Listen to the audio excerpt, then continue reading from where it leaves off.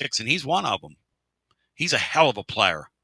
And I'm going to ask you right now, those of you that hate him, what would, and I want you to answer this, what would that team be if you took him away from them? Because I'm going to help you out.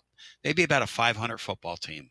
You can hate on him all you want. You can hate on me for loving on him. You can do whatever you want to do and do it till the sun comes down.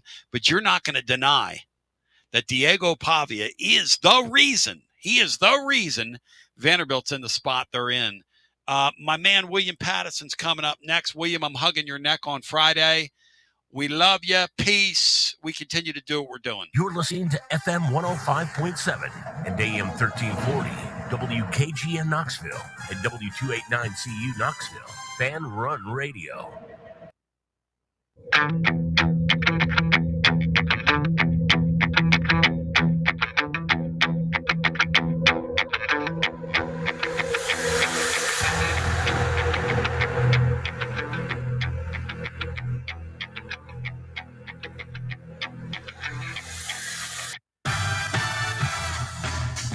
And here we go, live from the White Claw Hard Seltzer Studios.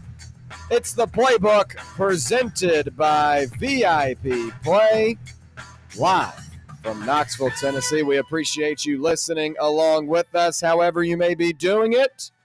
Brett Hullander, Garrett Armbrust joining you. I'm William Patterson. Plenty to cover over the next 2 hours, including diving into this Tennessee and Oklahoma matchup. We've got some new graphics today. We've got some dark mode graphics, some black and orange as we get ready for Saturday's matchup between the Volunteers and Sooners. We'll tell you more about this Oklahoma team, how they got here, what's to watch for on both sides of the football.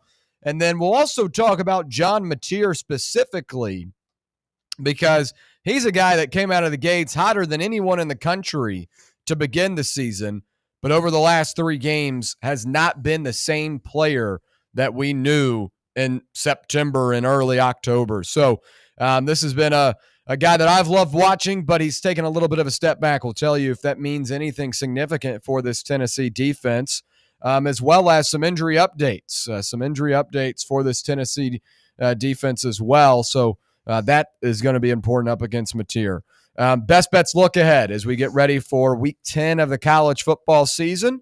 And then hour number 2, we'll do our contending questions for week 10. We got 7 questions to cover. We'll do our college football national segment as we always do on Wednesday, where we ask the tough questions and give you the right answers. And then, so the NCAA is trying to allow for college athletics or college players, I should say, to be able to bet on professional sports. And Greg Sankey, though he's made a ton of poor decisions during his time as the SEC commissioner, he is making the right decision on this one. He put his foot down and said that they should not allow for current college athletes to be able to gamble on pro athletics. We'll tell you what would that open up if that were to happen and why we agree with Greg Sankey in putting his foot down.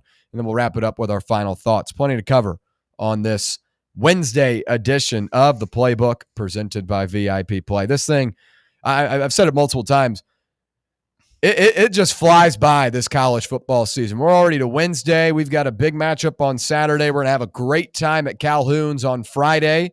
Really excited to meet Tony B. He said he's going to give me a big old neck hug. I like that. So excited to see everyone out there. Once again, join us at Calhoun's on the River Friday for a spooky edition of Fan Run Friday. You'll have the Tony Basilio show from 11 to 1. We'll follow him up from 1 to 3, and we got the drive from 3 to 6 with Russell Smith, Bob Baskerville, the Bear, and Walker Smith, no relation. And we'll also have the Fan Run box giveaway. So, come by for lunch, come by for dinner, come by for the whole day. Join us at Calhoun's on the River Friday. Really looking forward to that. Before we get into the action, let's welcome in the rest of the crew, beginning with Brett. Brett, how are you on this Wednesday? I'm getting by. This weather's awful. It's just hard to get motivated to do a lot of things when it's like this. I can't even decide what music to listen to on the way over. I can't even decide if I would usually listen to Tony B. which was my guy today. But usually I'm a music guy, and I just couldn't find the right vibe. Yeah. Normally I'm country through and through, but just wasn't feeling that. Tried a little 90s, wasn't feeling that. So it's just been one of those days, man. Yeah. Just trying to get by. I think the weather gets better starting tomorrow. I know it's supposed to be really nice down there on the water on Friday. So just getting by, man. This is you can hear Garrett over here sniffling next to me, but it's that type of season, man. It's tough. Well, yesterday I said I was a little bit under the weather. I had a little bit of a cold. Now, no fever or anything like that, so I'm still, allowed to be here. But yesterday I think I misspoke. I said I was 80% yesterday. I said yesterday I was like 65%. Wow. I'd say today I'm 83. Did you need coffee today? No coffee today. I actually had woke up but went and got lunch today. I didn't eat lunch yesterday. That bad? I just had the coffee and honey. Honey is always one of my go-tos. Now, obviously, they tell you to do that. There's Dayquil and NyQuil and stuff like that, but the honey is honestly something I think I should do. That medicine makes you feel worse sometimes, though, too, doesn't it? Well, I didn't do the NyQuil last night because I can't wake up. And it makes you. I don't like. You're groggy the next day. Yeah. It's hard to get going even more. Yeah. So, really, nature's best form of medicine is sleep. So I got home yesterday, got straight in bed, and then I didn't really fall asleep till 11, but just resting and being in bed, I thought was helpful. Too much good college football last night to fall asleep, right? I know. Well, I know. I was cheating. John was tweeting out hootie hoo. I know. I was cheating on Kennesaw State, UTEP, and James Madison, Texas State. I had to get in bed, but I'll be backfiring tonight. That was a sweet play of the Texas State quarterback. It was. That hurdle throw. I know the guy was wide open, but still impressive. Yeah.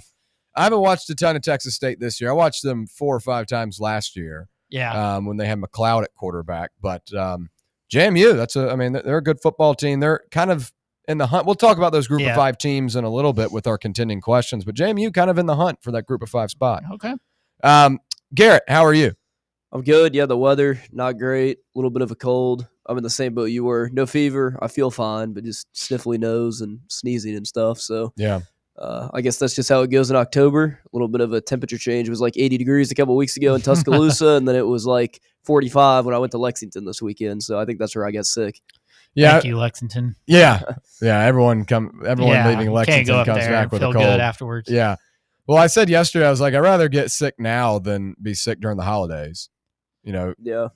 Thanksgiving we do have like up. a 3-week stretch where it's going to be crawling by for us Tennessee fans. Yeah. It feels like after this game, but. So we're about to enter the home stretch. Right now is the time to do it. So I'm happy it had, if there were a time, I'm glad it was this week. All right, let's dive into our first things first topic, and it's awaiting the Sooners. A critical November stretch for number 14 Tennessee begins this Saturday with a top 20 matchup against number 18 Oklahoma inside of what will be an electric sold-out Neyland Stadium crowd on Saturday night. The Volunteers will look to keep things rolling offensively after an impressive 56-point outburst in last weekend's victory at Kentucky that featured touchdowns from 7 different players and 504 yards of total offense. And as we always do, we're a little bit later in the week this time. We had a ton to cover on Monday from over the weekend for the Volunteers. But as we transition into going inside the matchup, what is your vibe around this game right now? And I'm kind of surprised that there's some people, and maybe you guys might be a little pessimistic, but I'm very optimistic for Friday. Tennessee has not lost to any other team in the SEC other than Georgia inside Neyland Stadium since my freshman year of college. Mm-hmm. And that was, Ole Miss in that 2021 season. So I know Oklahoma's got a great defense. I know they're a very talented team, and they're kind of in the same spot as the Volunteers, back against the wall. But right now, I don't have much. I think Tennessee wins, and I don't think that's a crazy take at all. I've got the confidence that the Volunteers' offense will be able to have some home cooking, and I think if Oklahoma continues to have the type of woes they've been having offensively over the last couple of weeks, I don't think the Sooners are going to be able to keep up with them. And I think what you're seeing right now from Chris Brazzell and Mike Matthews and Braylon Staley, those are 3 guys now that can all pop at any given moment. I know Brazzell, I should say, was the big talking point early in the season, had a couple of quiet weeks, bounced back last week, but Matthews and Staley have continued to do their thing. You've got 3 top 4 wide receivers in terms of receiving yards in the country in SEC play. So I'm confident. I'm not worried about it. I think Tennessee gets it done. I've got a lot of optimism here on this Wednesday afternoon. Brett, what about you? Yeah, I'm somewhere in the middle. I'm not all the way there yet. I just don't think they're going to make the same mistakes defensively as like we saw against Kentucky, to where it leaves all this one-on-one stuff. I think their front four is as good as anybody we've seen. So you have to say there's going to be some more resistance than we saw. Now, Kentucky was kind of honest. They were just great throws by Aguilar, but you got to like the offense overall to at least get over that 30 number, which I don't know if Oklahoma, even against our defense, is going to be able to get to. Not saying they're not going to score or anything like that, especially with the questions on defense that we have. But yeah, I mean, I'm somewhere there in the middle, and I do think we'll take care of business on Saturday night. Garrett, what about you? Yeah, I mean, I'm pretty optimistic. I think it just depends on what John Mateer you get. Do you get the John Mateer pre-injury that's can do what he can on the ground and throw, which really throws your defense for a loop, or is it going to kind of be the John Mateer that you've seen after the injury where he hasn't really been playing his best? Obviously, the Oklahoma run game this year hasn't been very good. Blaylock's kind of been the main guy that they've established it with. Jaden Ott's done pretty much nothing. So I think if you can force him to make passes and be uncomfortable, I think that's where you can succeed. Let's look at what the chat's saying. Quote, if Hood is out, we are in trouble, period. The only way they pull this out is score, score, score, and not threes. He's talking about 7. That's Buck chiming in. We'll have an update on Colton Hood here in a little bit because he might not be as in bad condition as we had maybe thought on Monday. But obviously we'll have that injury report tonight. That's going to be 8:10 p.m. Eastern time on the SEC.com. They'll give those initial injury reports. So we'll watch for that, but we do have some positive news about Hood here in a minute. But let's focus on this Oklahoma team. You mean McCoy? Both. Hood's got positive? I haven't seen it. I've got positive news on Hood as good. well. Okay. Yeah. All right, cool. So Oklahoma climbed all the way to number 6 nationally after opening up the season 5-0 with home wins over Michigan and Auburn. But the Sooners have since dropped 2 of their last 3 games. The rough streak began with a loss against rival Texas in the Red River rivalry. They bounced back with a road win against South Carolina, but the Gamecocks, in my eyes, probably the worst team in the SEC. I know they gave a fight this weekend against Alabama, but Kentucky and South Carolina right there for the worst team in the conference. But they bounced back with that win. Then they lost to Ole Miss this weekend in Norman.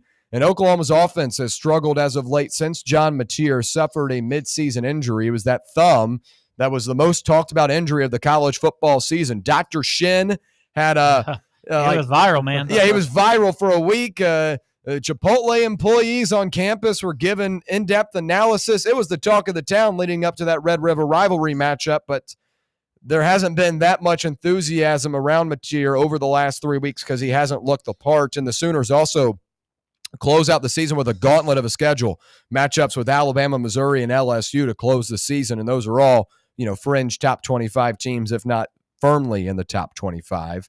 And I think the time you get a team is very interesting, right? To where in years past, in those Tennessee-Florida matchups where you've gotten Florida early in the season, you usually get a better version of what they are at the end of the year. And I feel like you got a better version of Mississippi State when you played them this season. Mississippi State was coming off that win over Arizona State at home a couple of weeks before. They were undefeated. That was a tough matchup. Now, obviously, they've lost 4 games in the SEC, but I think at the time you play someone is very particular. You could say the same about Florida State, Miami a couple of weeks back. Like Florida State, obviously now nowhere near the same team a month later, but at the time that was a top 15 game at night, prime time. So the time and the vibe that you get with the team when you play them, I think is particularly interesting. And I think Tennessee is catching Oklahoma at a good time right now.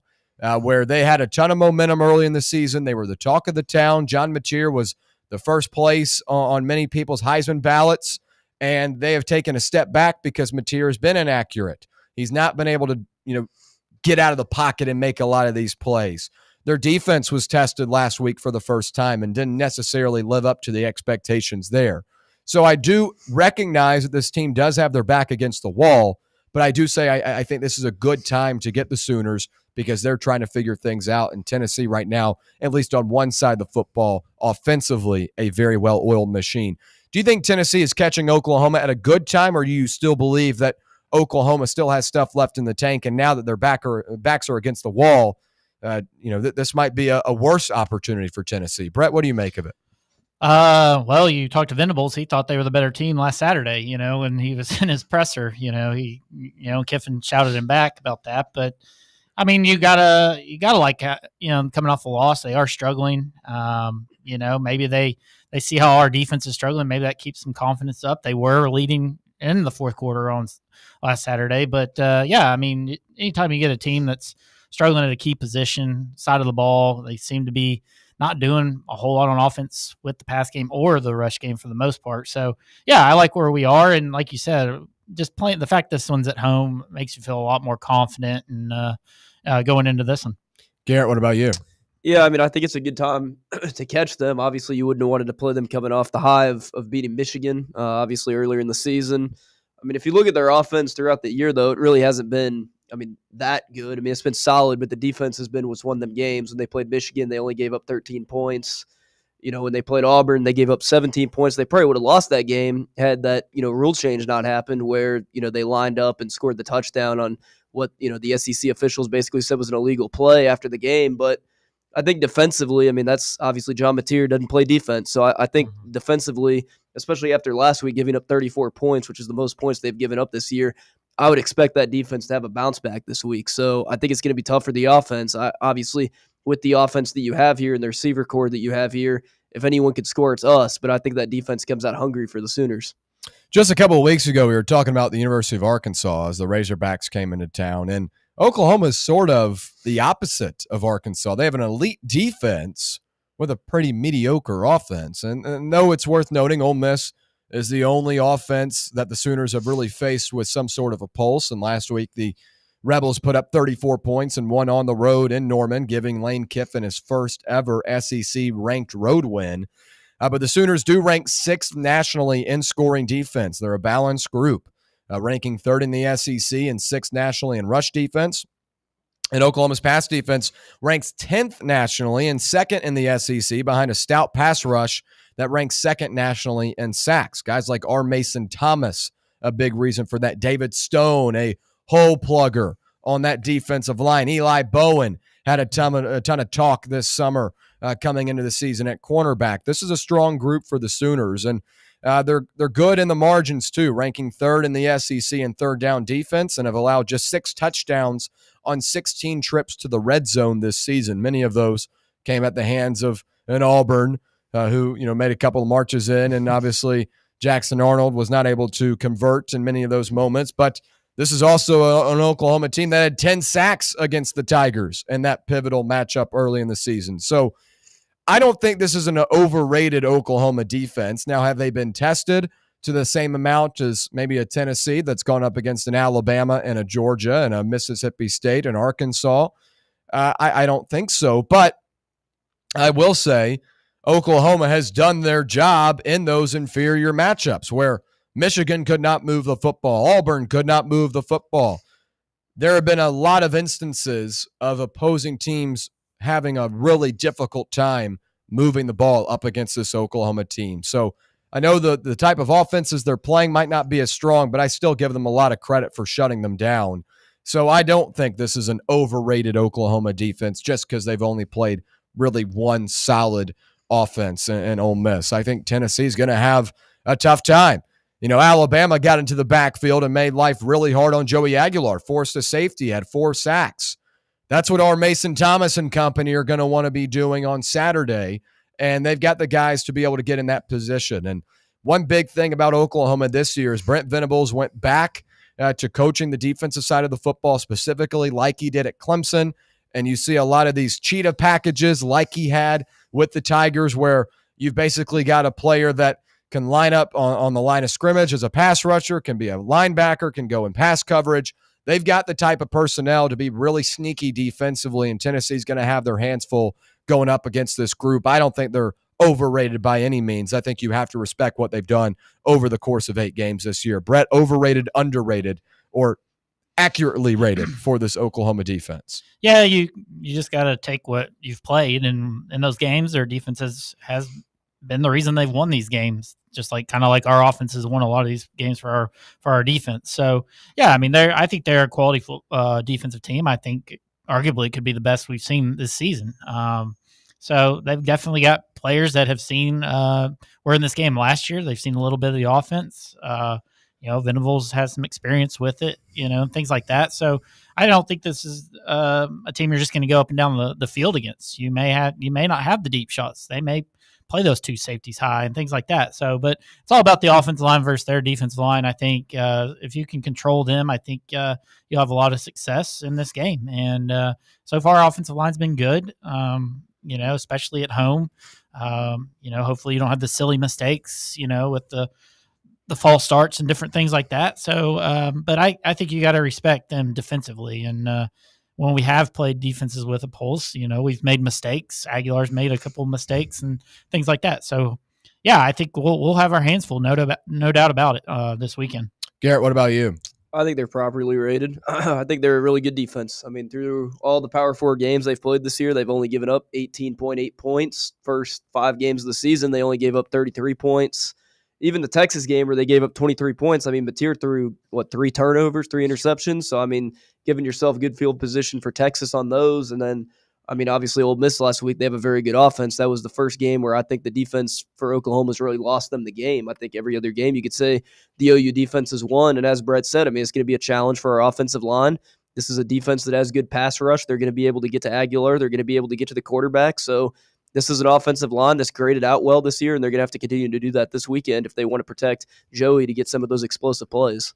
Now, I mentioned the two sides of the football for Oklahoma, defensively and offensively, a little bit more explosive on one side than the other. But the one area that Oklahoma's offense has excelled is in the red zone, and that's where everyone's money is made defensively and for opposing offenses. If you're able to get inside the 25-yard line, you have to capitalize.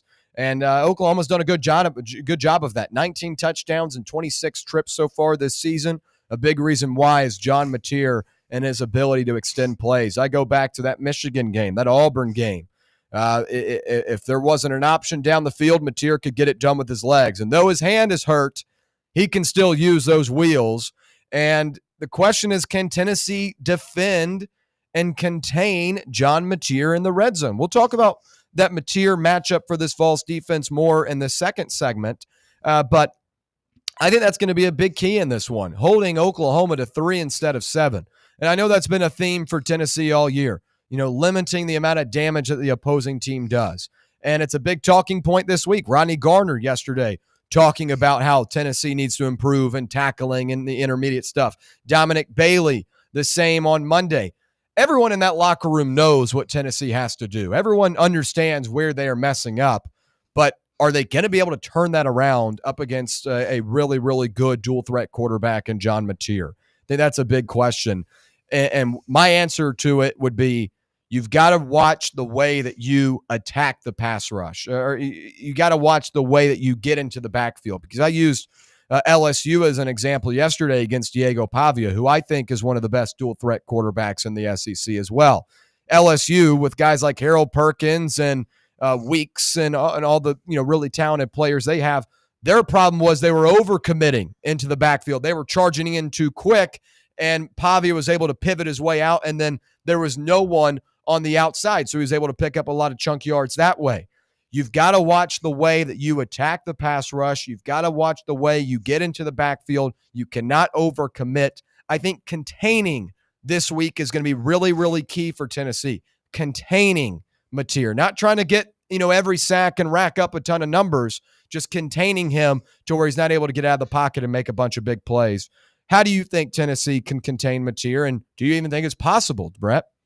Oh, it's definitely possible. I think we have the athletes, the guys on the edge that can contain him. I'm sure that's a point of emphasis. I think you saw the speed Perlotti has. Might be a situation where you're, especially in the red zone, you're eyeing him, spying him, whatever, because Taylor Green is as good as anybody, and we saw the speed he had chasing him down. So I think when you get closer to the goal line, I think you utilize those blitzes and things like that, make him get rid of the ball, because I think you can force him into mistakes. I think Texas showed that when they did blitz. He was inaccurate with the ball and forced some mistakes. So, and that's what our defense is best at, pressuring the quarterback, tackle for loss, things like that. And it's helped that we have seen a Taylor Green and some of these other running quarterbacks this season. So I think you just got to attack him with pressure, especially if all our corners are out. I think that's going to be our best success, and getting the ball out of his hands and having him create too much. Garrett, containing John Mateer.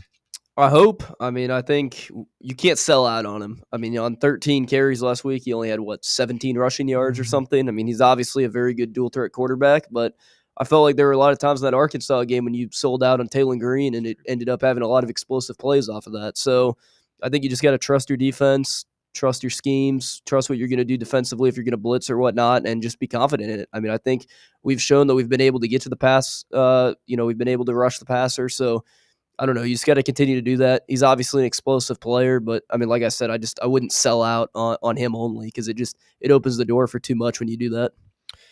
Yeah, and again, I know he's injured, but we'll talk more about that here in a minute. But he is a very, very good player, and it's going to be tough to contain him either way. But again, with the type of athletes that Tennessee has on the perimeter, you're going to have the opportunity to make some plays.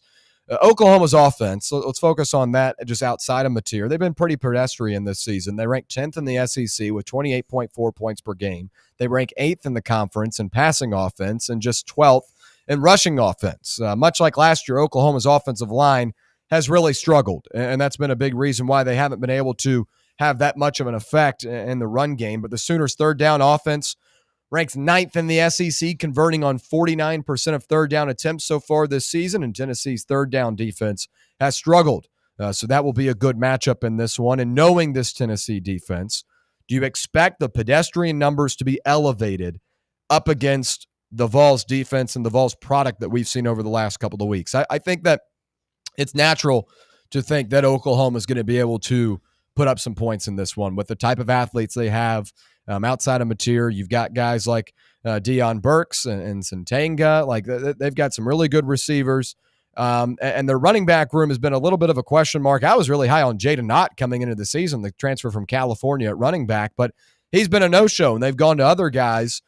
So I think the big thing for Tennessee is, limiting the amount of blow that you allow for Oklahoma to have in terms of putting up points on the board. You've got trust in your offense, but you don't necessarily want to get in with a shootout with a team that does have a really good defense, and it's kind of been predicated on leaning on that side of the football throughout the season. Because if you allow Oklahoma to put up a lot of points, this Oklahoma defense is going to have, a couple of possessions that they win, and you might run out of possessions if you're not able to get stops here. So I think it's natural to expect these numbers to increase a little bit this week. We just saw Kentucky last week put up 34 points with a true freshman quarterback. So I think it's natural at this point to expect this, but I don't know. Maybe things change this week for Tennessee. That's the talking point all week. We'll have to see. Brett? I'm looking at whatever Kentucky did.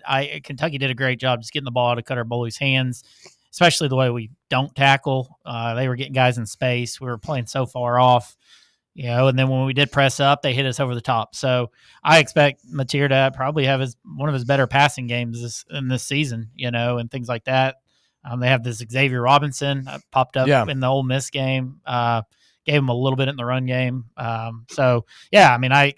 like I said, you expect over 30, almost 30 points, if not over, for Oklahoma. I really do. Yeah.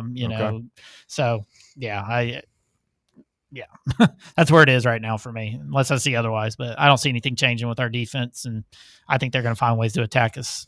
Garrett, what about you? Yeah, I think they'll score points for sure, especially when you get into the red zone. We're one of the worst, Power 4 red zone teams in the country. Yeah. I think you got to make them one-dimensional, though. As you said, the running back room for them has not been that special. John Mateer last week, his running game was not very good. If you can take away the rush game from them and make Mateer have to make throws with his thumb, make throws, two players with a wide receiver room that is solid, but I don't think it's necessarily the deepest wide receiver room. Yeah. But at the same time, I think you're going to see him take some shots downfield. He's going to test our secondary. They know that our top two corners are out right now, and I would expect him with his arm to take a couple shots with his receivers. Yeah. They're better offensively than Kentucky, right? Yeah. Okay. Yeah. I'm just asking. Yeah. Kentucky, obviously lit us up. No, I know. Yeah. Again, I we talked a little bit about it yesterday. Maybe some of it was just the game got out of hand a little bit, but obviously, I mean, that this is a group that has had struggles throughout the season defensively. I don't think anyone's hiding that part. Yeah. But this is a more talented Oklahoma offense for sure. Or should be. Yeah. Yeah. Now, maybe maybe Kentucky has a better offensive line. I really think Kentucky's issues early in the season were Zach Calzada was at quarterback. I don't know how they ever started him. And they kind of went back and forth with him and Boley. But, I mean, Calzada did have the experience, the upper hand there. Yeah. I mean, he's 25. He's older than me out there playing college football. Yeah, people want to say it's garbage yards that Boley was getting, but I didn't see that so much. Yeah. I just wonder if we're not forcing turnovers on Saturday, what this game looks like. Yeah. Because that's been the key to our whole defensive success is getting the lead. So yeah, good point. We'll hit on that when we return. Stay right here. It's the Playbook presented by VIP Play. We'll talk about that turnover margin as well as John Mateer and also give you some updates on some injured volunteers. Stay right here on Fan Run Radio.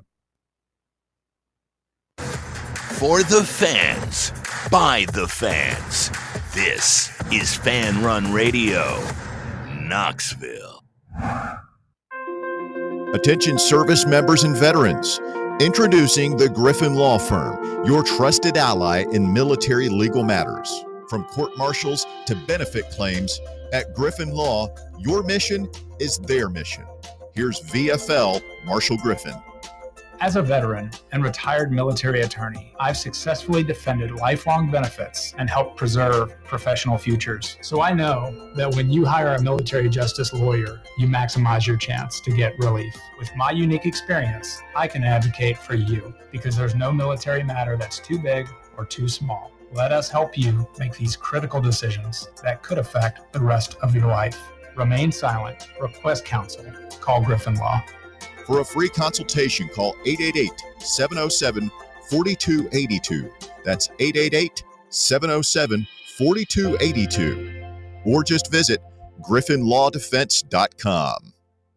The number one problem we see at our clinic is delaying treatment. ED can get worse. Book your appointment right now. Call 865-544-8220. Prefer privacy? Book online in under 30 seconds at menspronaknoxville.com. At our clinics, men's sexual health is the whole job. Look, I'm a normal guy too. I hate going to the doctor, but we've helped so many guys in here just like you. Even if pills have failed, our medical team is going to take the time to talk you through it. Same day in-house lab, and the treatments, well, they could change your life. Your local medical team has your back. ED, performance, Peyronie's, size and shape modeling. We tailor what works for you. I'll get to the point. Can you imagine epic performance and epic sex? Yeah, I said it. A stronger you is closer than you think. We're available right now. Call 865-544-8220 or book in 30 seconds or less at menspronaknoxville.com. Men's Pro Knoxville, making it happen. North Knox Siding and Windows is a complete exterior home improvement company that can help you with all your home exterior needs. If your home needs new siding, windows, doors, gutters, handrails, a deck, or a new roof, then give my friends at North Knox Siding and Windows a call at 865-689-0505. You can also visit their showroom at 5618 North Broadway. Locally owned and operated and proudly serving all of Knoxville and the surrounding areas, North Knox Siding and Windows. Online at northknoxsidingandwindows.com. Hey Knoxville! Surfside iced tea and vodka, made with real brewed tea, is only 100 calories, 2 grams of sugar, with no bubbles and no troubles. That's right, zero carbonation, so it's easy to sip and enjoy. Headed to a game day or party at a friend's house? Bring an iced tea or lemonade variety pack from Surfside, or try their green tea and new raspberry tea vodka. Find the can with the sunset stripes this season. Surfside iced tea and vodka, sold at bars, restaurants, and stores near you. Surfside iced tea and vodka, sunshine in a can. Must be 21 or older. Enjoy responsibly. Got a flat tire? Strange noise under the hood? Don't stress. Roll into Matlock Tire and Auto Service. From oil changes and brake repairs to brand new tires, Matlock's certified techs do it all. Fast, friendly, and fair priced, Matlock is the home of the price match guarantee. Bring in any competitor's ad and Matlock will match the exact same tire for the exact same price. Matlock Tire and Auto Service. 5 locations in East Tennessee. Visit matlocktireservice.com to find the location nearest you and schedule your appointment.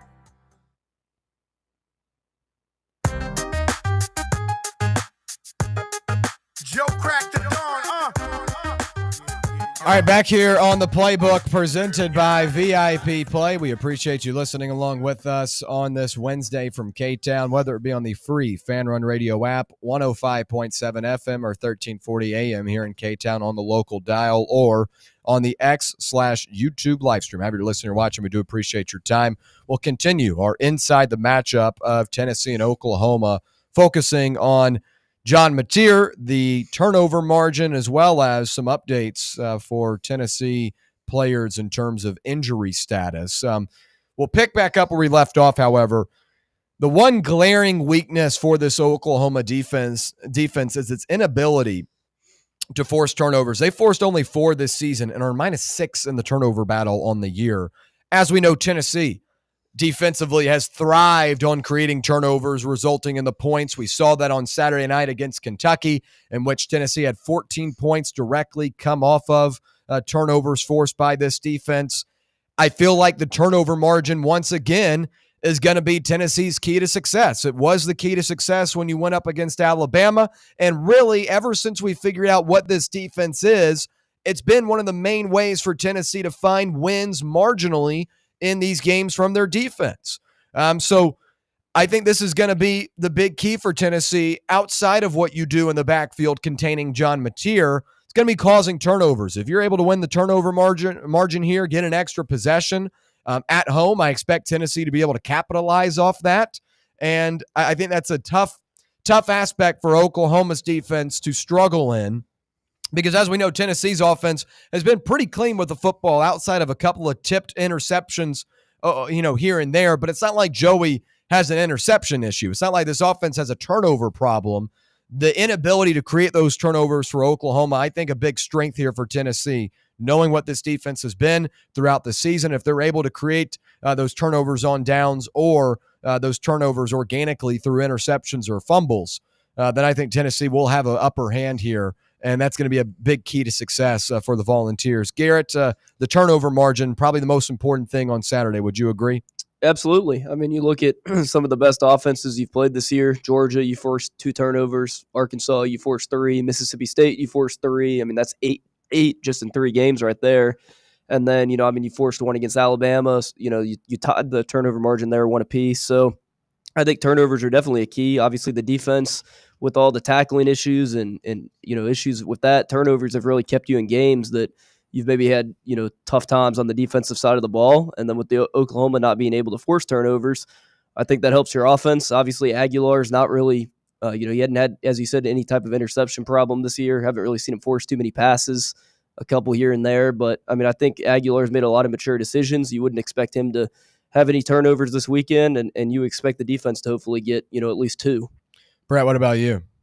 Yeah, it's key to every game. It's been key for winning some of our games, obviously, like Garrett said. So, yeah, it's huge. Not only are we getting the turnovers, we are scoring the ball off some of those turnovers as well. We do need to do a better job of getting points off some of these turnovers. That's always key. You had a couple, you had at least a couple against Georgia and things like that. So, you want to maximize that when you do get those, I guess, complimentary football is what y'all call it. So, look for that to be a key. What team takes care of the football, and again, that goes back to a clean game. Let's now switch our focus to John Mateer specifically. After disappointing results from the quarterback position during the 2024 season, the Oklahoma Sooners went out and found John Mateer in the transfer portal from Washington State, and this was a natural marriage as Ben Arbuckle, the offensive coordinator and quarterbacks coach for the Cougars, came over and took the same role for the Sooners this season. And the 6'1" quarterback arrived in Norman with high expectations and certainly turned heads through the first 3 games of the season. In Oklahoma's first 4 games, Mateer averaged 304 passing yards per game and racked up 6 total touchdowns through the air. He went for 392 yards and 3 scores against Illinois State, 270 yards and 1 touchdown against number 15 Michigan, and 282 yards and 1 score against Temple, and also had that 271-yard, 1-score performance against then number 22 Auburn. Now, Mateer might not have necessarily been the Heisman Trophy winner after 4 weeks, but he was definitely up there and was towards the top of the consideration for that award, and that was because the Sooners were looking to turn things around. It seemed they were turning things around after that blistering 4-0 start. But since that Texas game, Mateer has thrown for 150 yards and 223 yards against South Carolina and Ole Miss, respectively. Now, ultimately, Mateer went from averaging 304 yards per game before the injury to just 192 yards after it, and the Sooners are also 1-2 since his return. And do you think Mateer's injury is what has caused this major drop-off? Now, Mateer, and you might be saying, well, William, why are we even posing that question? Surely that's the reason. Well, Mateer said Monday that it's not the thumb, it's not the injury, it's just the ebbs and flows of the season, and that, he's just got to execute better and has got to, bank better reads. But I think the rhythm that he had is the bigger thing here, not necessarily the thumb. And even though the thumb is on his throwing hand, and that's obviously a really big factor in his ability to get it down the field, I feel like the momentum and rhythm that he had early in the season then kind of halted all of a sudden, kind of pulled the plug on his consistency and ability to feel comfortable up against some of these SEC teams. Ole Miss has got a good SEC defense. South Carolina was a game on the road. Texas is a rival. Like, they've had some big games. And obviously, like Illinois State, you expect to have a guy perform really well. But it's not like Mateer was some scrub last year. He was a really good quarterback for Wazoo and came in and played in a couple of big games against Michigan and Auburn early this year and performed at a really high level. I don't think the major drop-off is due to the hand per se. I think it's due to the momentum that he had and having to take a couple of weeks off, then thrown back into the fire against a couple of tough teams has really rattled this kid. I think he's still really talented and one of the best quarterbacks in the SEC when he's on. But right now he's not playing up to that level, and he's got to find a way to get back in rhythm. Do you think it's the thumb, Brett, or do you feel like it's the momentum in what I'm saying? It's a combination of things. They can't run the ball. He's kind of sit and duck. Offensive line hadn't been great, so he's getting pressured into making some difficult throws, and he's not a good quarterback on the run to have to throw it. But it's kind of, I thought they had went out and they tried to improve their offensive line, and I don't think they have. So, and the schedule's just gotten tougher as well. Say what you want, but yeah, I mean, I can't imagine it not being his thumb, trying to grip the ball, spin it, different things, velocity, different things, accuracy. So I'm sure it's a little combination of things, but I think more so it's just the schedule's amped up, and they're Oklahoma. They're going to get everybody's best shot too. So it's a combination of things, but I won't point to one thing particularly. Yeah. Garrett. Yeah, I think it's more or less just kind of the life of being in the SEC. I mean, very rarely do you see a quarterback play good in all 8 SEC games. I think you could point to the thumb maybe a little bit, but I mean, I think when the injury happened, they were pointing to this game was going to be the timeline when he was going to come back. So I would think by now he's pretty much fine. Maybe maybe the Texas game you could point to the thumb injury a little bit. He threw 3 interceptions in that game, but by now I would think he's fine. Even after the surgery, I remember them saying that it really couldn't get worse for him. He was going to kind of just have to play through pain. So I would expect that his pain tolerance has gotten better, and by now I would assume the pain's not as bad as it was, at least for the Texas game. Yeah, definitely going to be something to watch for on Saturday, how he performs, and maybe if Tennessee's able to get in the backfield and maybe cause some discomfort on that hand, you see Oklahoma be forced to run the football more often or have to go to kind of read option and run looks with Mateer as a focal point in that aspect. But in terms of those injury status, we're talking about John Mateer being injured. We do have some interesting news to share about Tennessee players. Now, obviously, Colton Hood on Monday was a guy that Josh Heupel was questioned about after the Kentucky game because Colton Hood only played 46 out of 73 eligible defensive snaps. Kind of concerning considering what we've seen for most of the season and knowing that Tennessee doesn't have a lot of depth. So that was a question that was asked, and Heupel said that you could refer to the injury report. And I thought that was significant because when Joey Aguilar was banged up against Alabama, Heupel came out on Monday and said he's going to be good to go. When Deshaun Bishop was in question following that Arkansas game leading into that Alabama matchup, Heupel said that he was going to be good to go.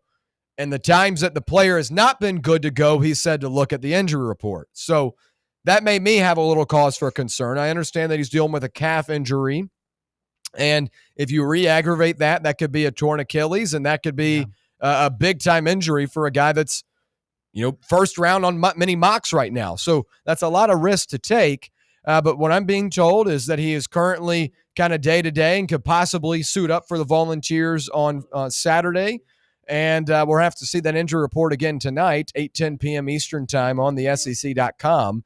But he seems to be day-to-day, which I think is positive news, more positive news than what we got on Monday, where it kind of felt like it was up in the air in terms of his status. Another player of note, and I got this text on the air yesterday. If you were watching late in the show, I kind of took a step back and said, whoa, Jeremiah McCoy is practicing this week. Now, he's not fully involved in going through all of the, all the drills that everyone else is doing, but he is in pads this week. He is participating. He did this in the lead up to that Arkansas matchup, which was a beginning targeted date for him to return. But he's back this week. We'll see if the swelling reoccurs. That was the reason why he was not able to go against Arkansas. That's why they shut him down for that Alabama game.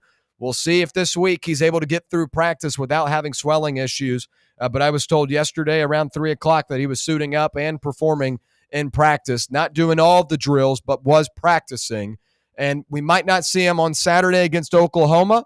But if you beat the Sooners, you've got 3 games for the rest of your life in terms of the season. New Mexico State, Florida, and Vanderbilt. And you're going to need your best players available for those games if you want to make the college football playoff. We have told you from the very beginning, Jeremiah McCoy wants to play football for Tennessee this year. That's never been in doubt. He's always wanted to play, but he has to get cleared from the doctors. What I understand right now, he's not been cleared from the doctors to play Saturday, but that is something we're going to have to continue to monitor throughout this week. But there's never been a question of if this guy wants to play, of if this guy was holding out to just stay in the, do the NFL and forego this season. That's never been in question. He wants to be on the field, just has to get cleared. While it might not be Saturday, I do anticipate we see Jeremiah McCoy at some point this season, and that would be a huge boost for this Tennessee football team.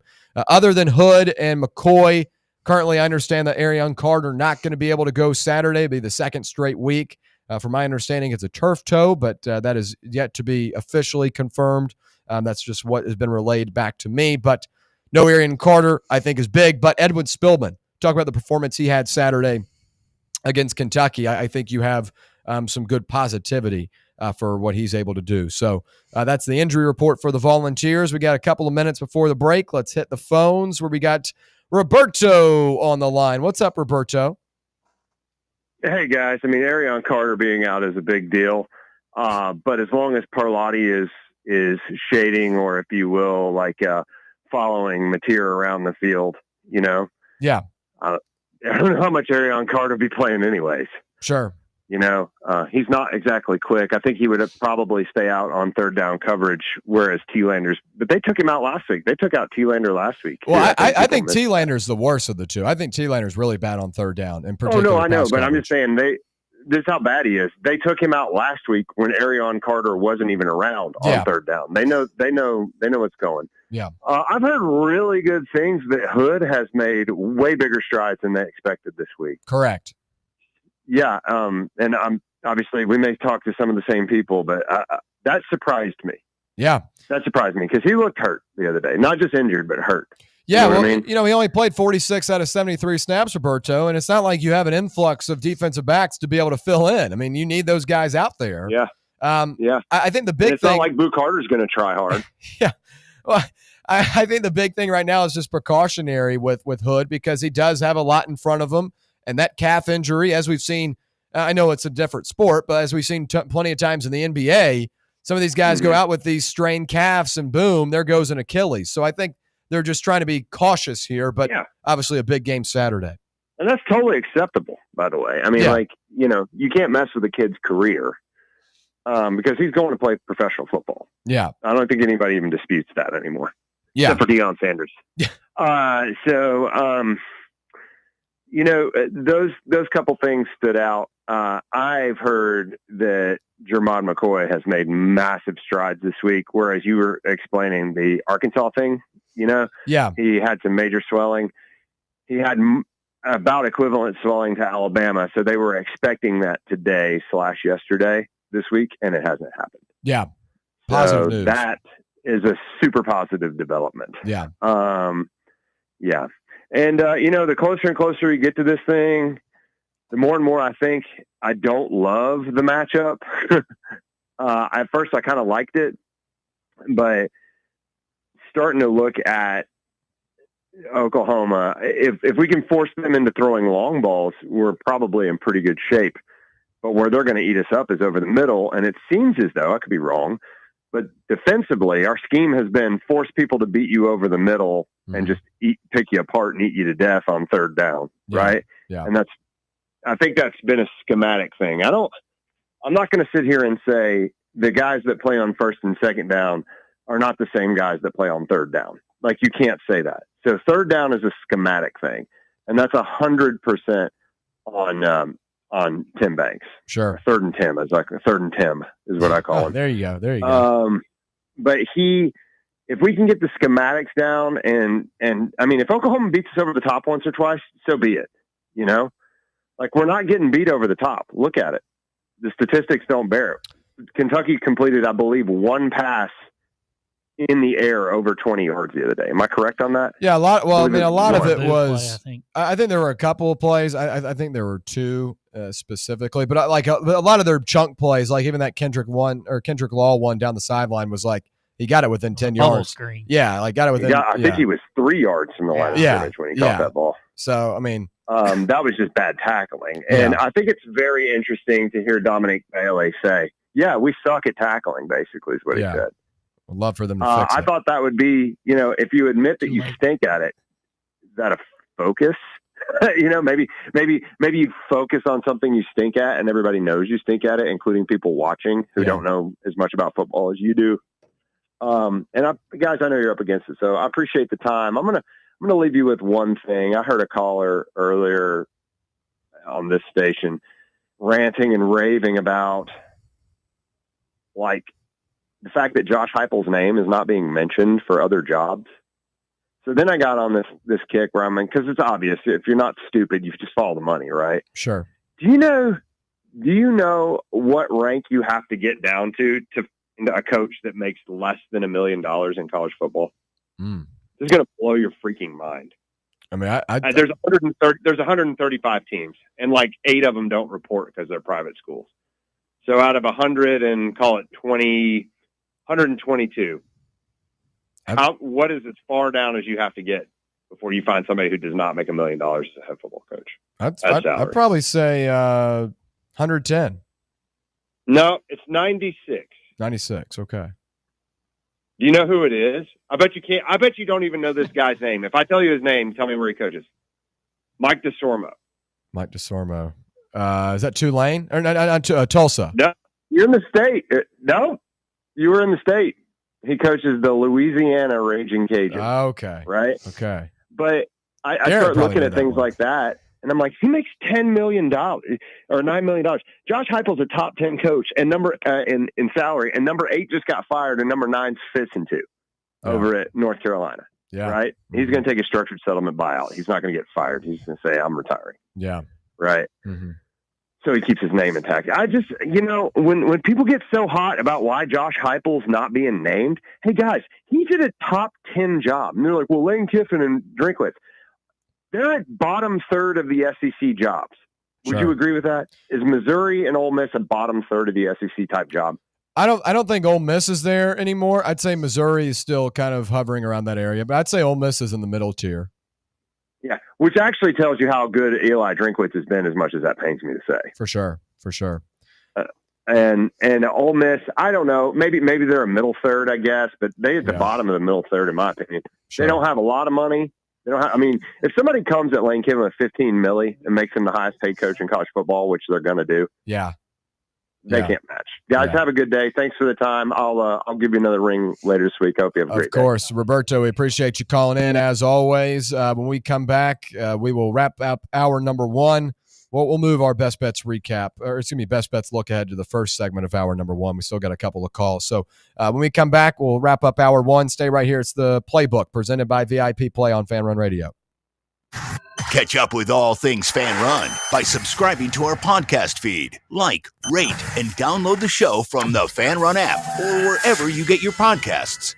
Your smile says it all, so make sure it's saying the right thing. At Knoxville Smiles, we believe healthy teeth mean happy lives. Whether it's a routine cleaning, whitening for that big event, or fixing a nagging toothache, our gentle team is here for you. With flexible hours, family-friendly care, and the latest technology, Knoxville Smiles makes every visit stress-free. Don't wait another day to love your smile. Call Knoxville Smiles today at 865-539-1776 or book online at knoxvillesmiles.com. Smile brighter with Knoxville Smiles. Rickard Ridge Barbecue, located in beautiful Cove Lake State Park. Rickard Ridge is home of the best ribs in the Volunteer State. Smoked daily by Pitmaster Mark Rickard. The barbecue at Rickard Ridge is mouth-watering, fall-off-the-bone delicious. Take the scenic drive up I-75 to exit 134. For directions and to look at the rest of the menu, visit Rickard Ridge online at rickardridgebbq.com.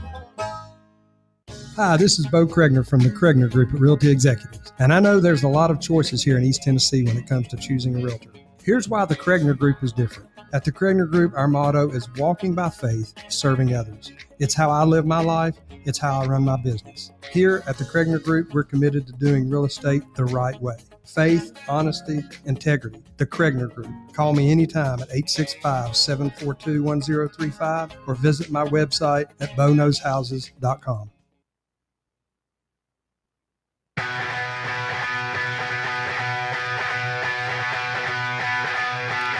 All right, back here on the Playbook, presented by VIP Play. Time for our best bets. Look ahead real quick before we head to hour number 2. Reminder to go claim your VIP Play welcome bonus. When you make your first bet of $5 or more, you'll get $100 instantly in bonus bets by using the code FANRUN. That's FANRUN in all caps to claim those bonus bets. College football, NFL, NBA, MLB, all in full swing right now. Get in on the action with the VIP Play app. Gambling problem, call 1-800-889-9789. Must be 21 years or older and located in Tennessee to bet. Real quick, a rapid-fire best bets look ahead as we look at Week 10 of college football. Tennessee right now at -3 would be a system play for a ranked versus ranked matchup. We lean that.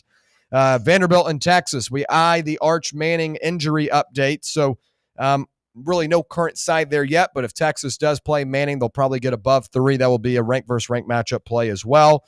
And then we've also got Cincinnati and Utah. The Utes have come down a point. They're 8.5-point favorites. We'd take that one as well. Up against the break, we'll continue our best bets look at tomorrow. Hopefully I have a little bit more time, but those are 3 sides we will have if they are above that 3 number as they are system plays. When we come back, we'll head to the phones and also hit on our contending questions for Week 10 of college football. Also talk about college athletes being able to gamble on pro sports. Is that a good idea or a bad idea? And we'll wrap it up with our final thoughts. Stay right here. It's the Playbook. Hour number 2 on the way. Follow us on Twitter or X or whatever the they're calling it these days at Fox Sports Knox, Fox Sports Knoxville, Fan Run Radio. Today, we raise a glass of Jameson Irish whiskey to the sport of football. Hear, hear! To Gaelic football, born in Ireland in 1885 in its thrilling blend of soccer, rugby and basketball. On a massive field, 15 players kick or hand pass a round ball that scored points over a bar or into a net. No pads, no helmet, no sense. Hear, hear!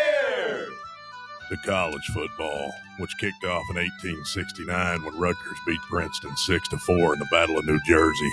With 11 players and helmets and pads, teams battle on a 100-yard gridiron with explosive pass plays and hard-hitting tackles. Unless you're called for targeting. Hear, hear! Since 1780, Jameson Irish whiskey has been enjoyed by sports fans all around the globe. Whether your football is Gaelic, American, or even soccer, we can all agree on super smooth Jameson Irish whiskey.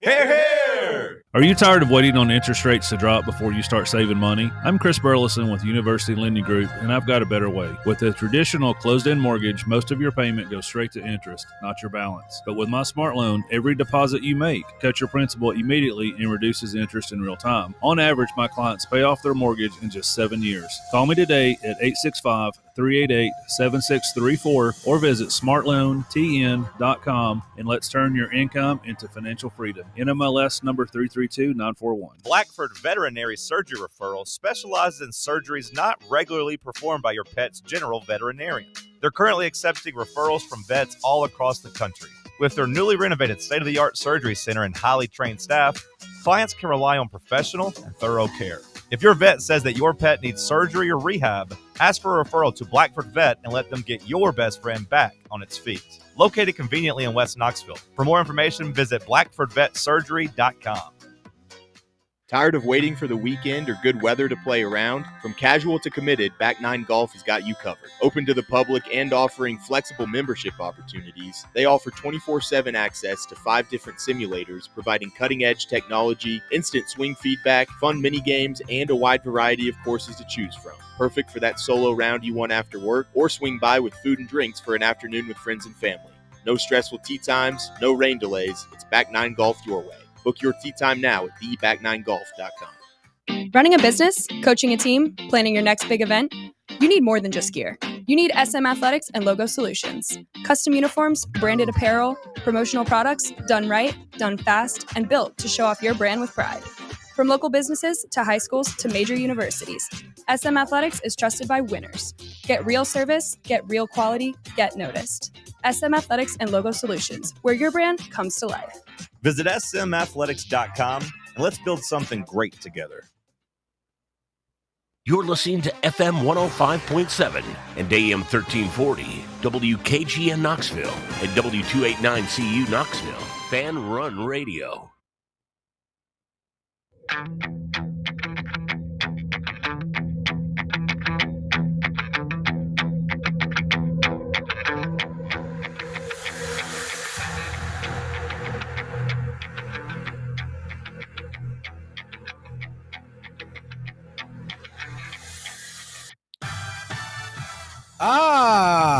Here we go.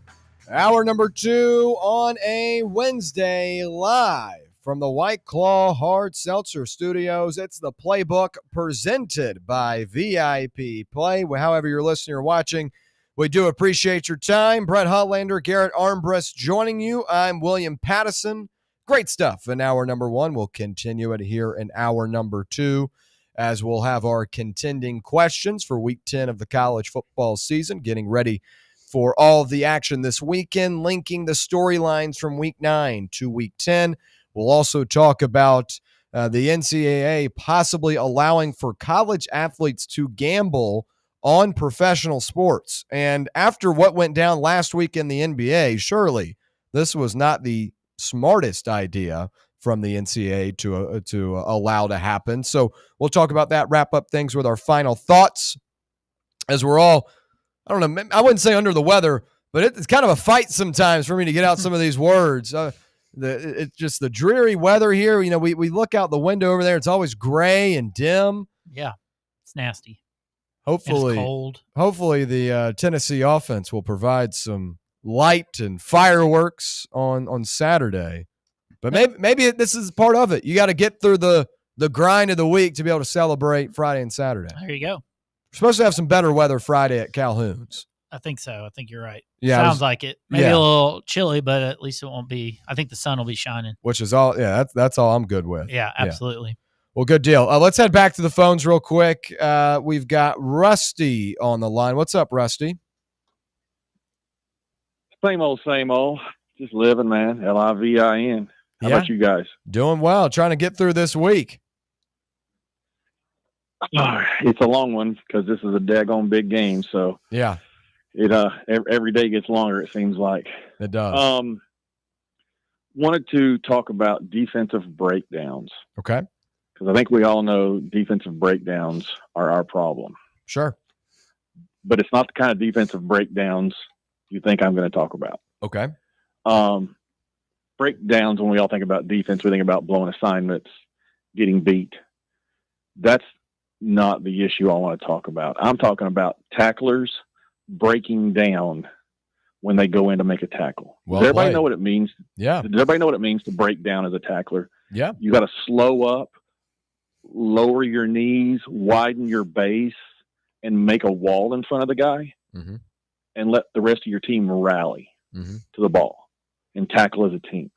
Slow the guy up.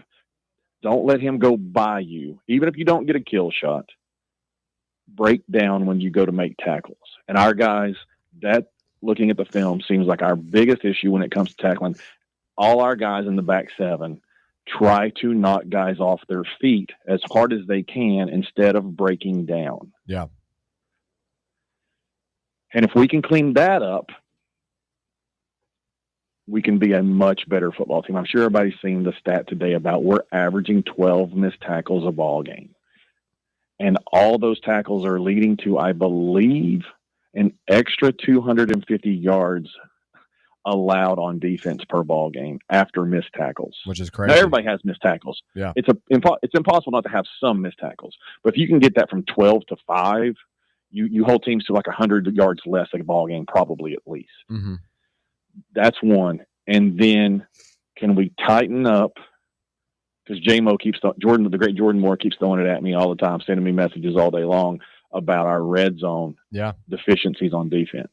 Sure. Can we break down on tackles and not let guys turn 7-yard gains into 30-yard gains because we blow out a tackle? And can we get you in the red zone and hold you to 3 points by everybody doing their assignments and just being sound? Because when the field shrinks, it's easier to play zone. It's easier to play man.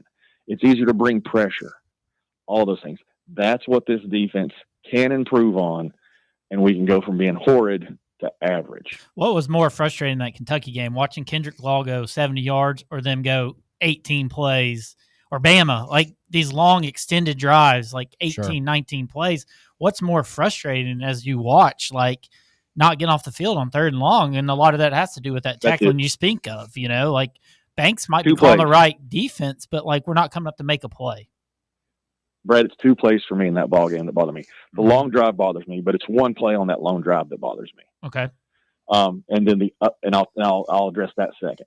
The first one is the Kendrick Law, where he went in motion out of the backfield, and we ended up with 2 defenders for 2 receivers out wide, and then Law is the third person out there in the flat after the ball was snapped because he went in motion, and they throw him the ball. And they got 2 blockers because there's 2 receivers and 2 defensive backs and nobody else over there. So what's that mean? We now have a 3-on-2 fast break, just like in basketball. Good luck trying to win that if you're the defense. So that's a blown assignment where when that guy goes in motion out of the backfield and number 10, which I think is Beasley, is blitzing from that side of the field, he has to recognize that and say, you know what, I got to peel off of my blitz and I got to go with that running back so we have a third person to account for that body over there. Or the deep safety, which was Farouk, has to say, I have a blitzer, my other safety off of that side, and that guy goes in motion. I got to go over there. Somebody has to know that we need a third defender in that area on that play. Yeah. And nobody recognizes it. And that's on coaching. You have to have those things taught to your players. If A happens, I have to do this. If B happens, I have to do that. Now, correct me if I'm wrong. Know what to do. Correct me if I'm wrong, though. Didn't the corner probably could have forced, even though he's getting blocked, force him inside, and he let him outside as well on that first initial block? And I think Farouk took a terrible angle as well on that play, if I'm not mistaken, too. Farouk came too shallow, and yes, McMurray is who it was. It was the star. He let the defender get outside leverage on him, which let the Law go down the sideline. But it still comes back to, if somebody accounts and before the snap goes with the running back Law, you at least have an extra man out there. I'll tell you what, let Braylon Staley be the same guy catching that ball with Kitzelman and Brazel in front of him and only 2 bodies out there. Give me that scenario every day, and I'll take our chances for it being a huge play.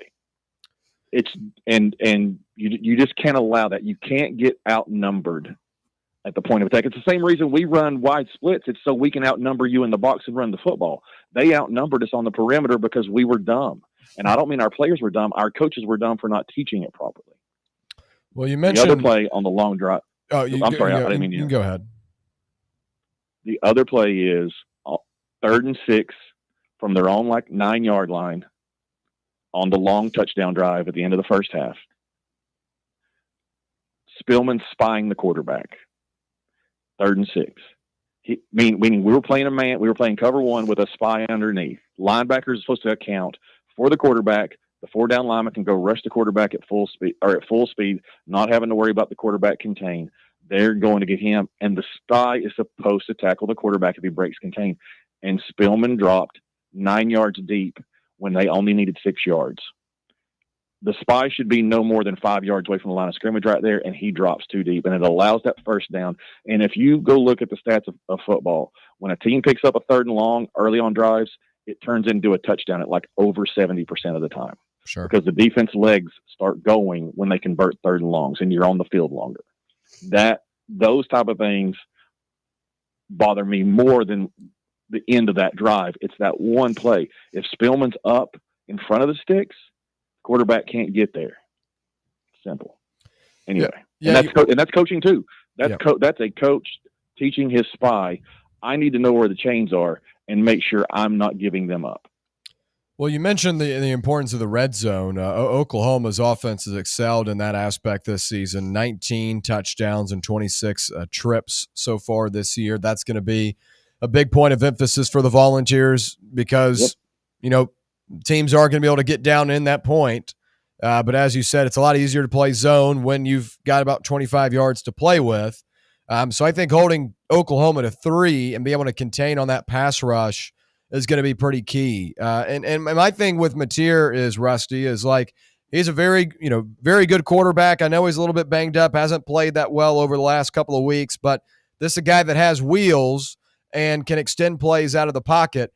I think it's really big the type of angles you take on the pursuit in the backfield to just contain him. You don't have to overwhelm and get like a big hard-hitting tackle. Like it seems like a lot of these guys are being taught to do, just roll in there and come in like a wrecking ball. If you just contain and keep guys in front of you, as you said earlier, the rest of your teammates will be able to get there and help out and bring in a guy down.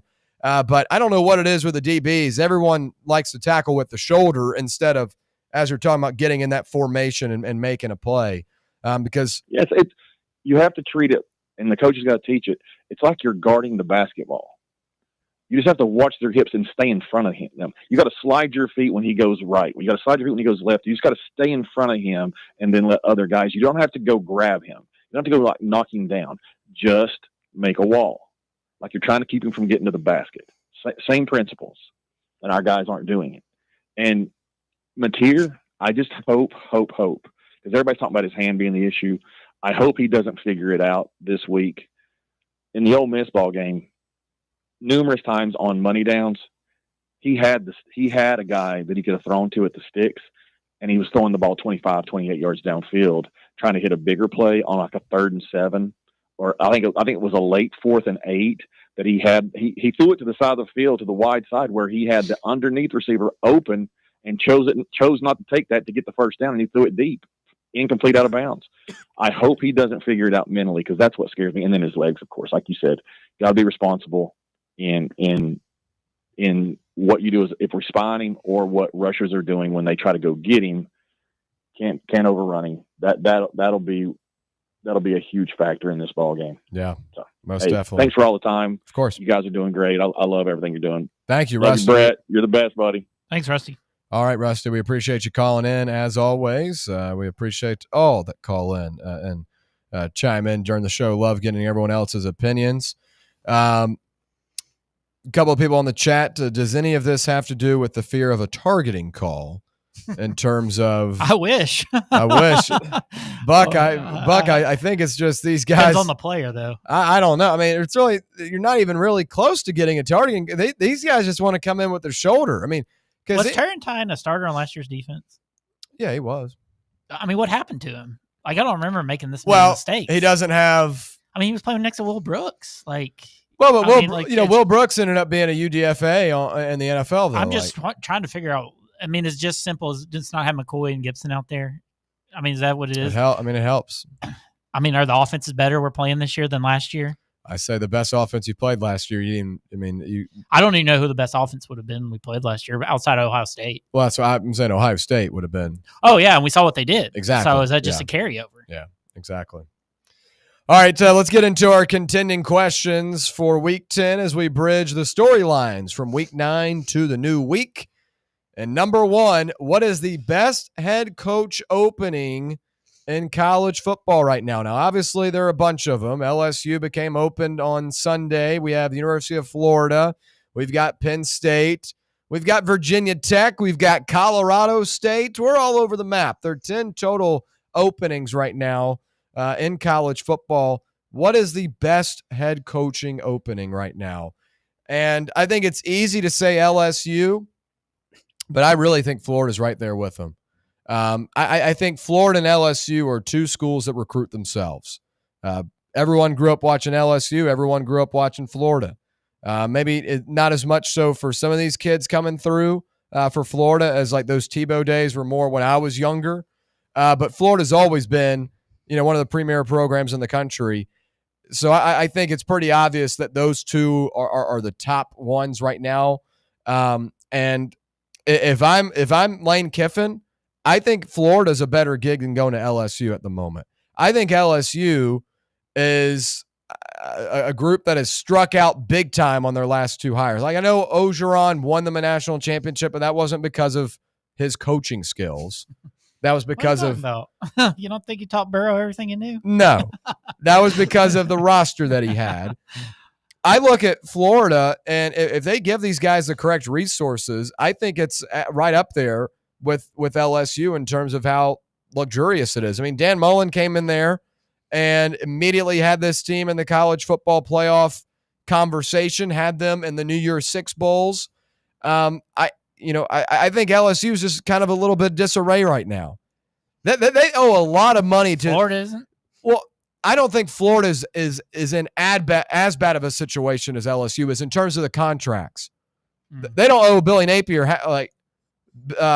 Kelly's owed like what, $60 million more than that, and they're still paying Ogeron but right Brian now. Kelly's also a better coach than Napier, though, right? Well, I agree. You're going to have to pay a lot more to get Kelly out of Notre Dame. I agree, but financially, they're not paying Napier as much to get out of town as Kelly, and they're still paying Ogeron up until December.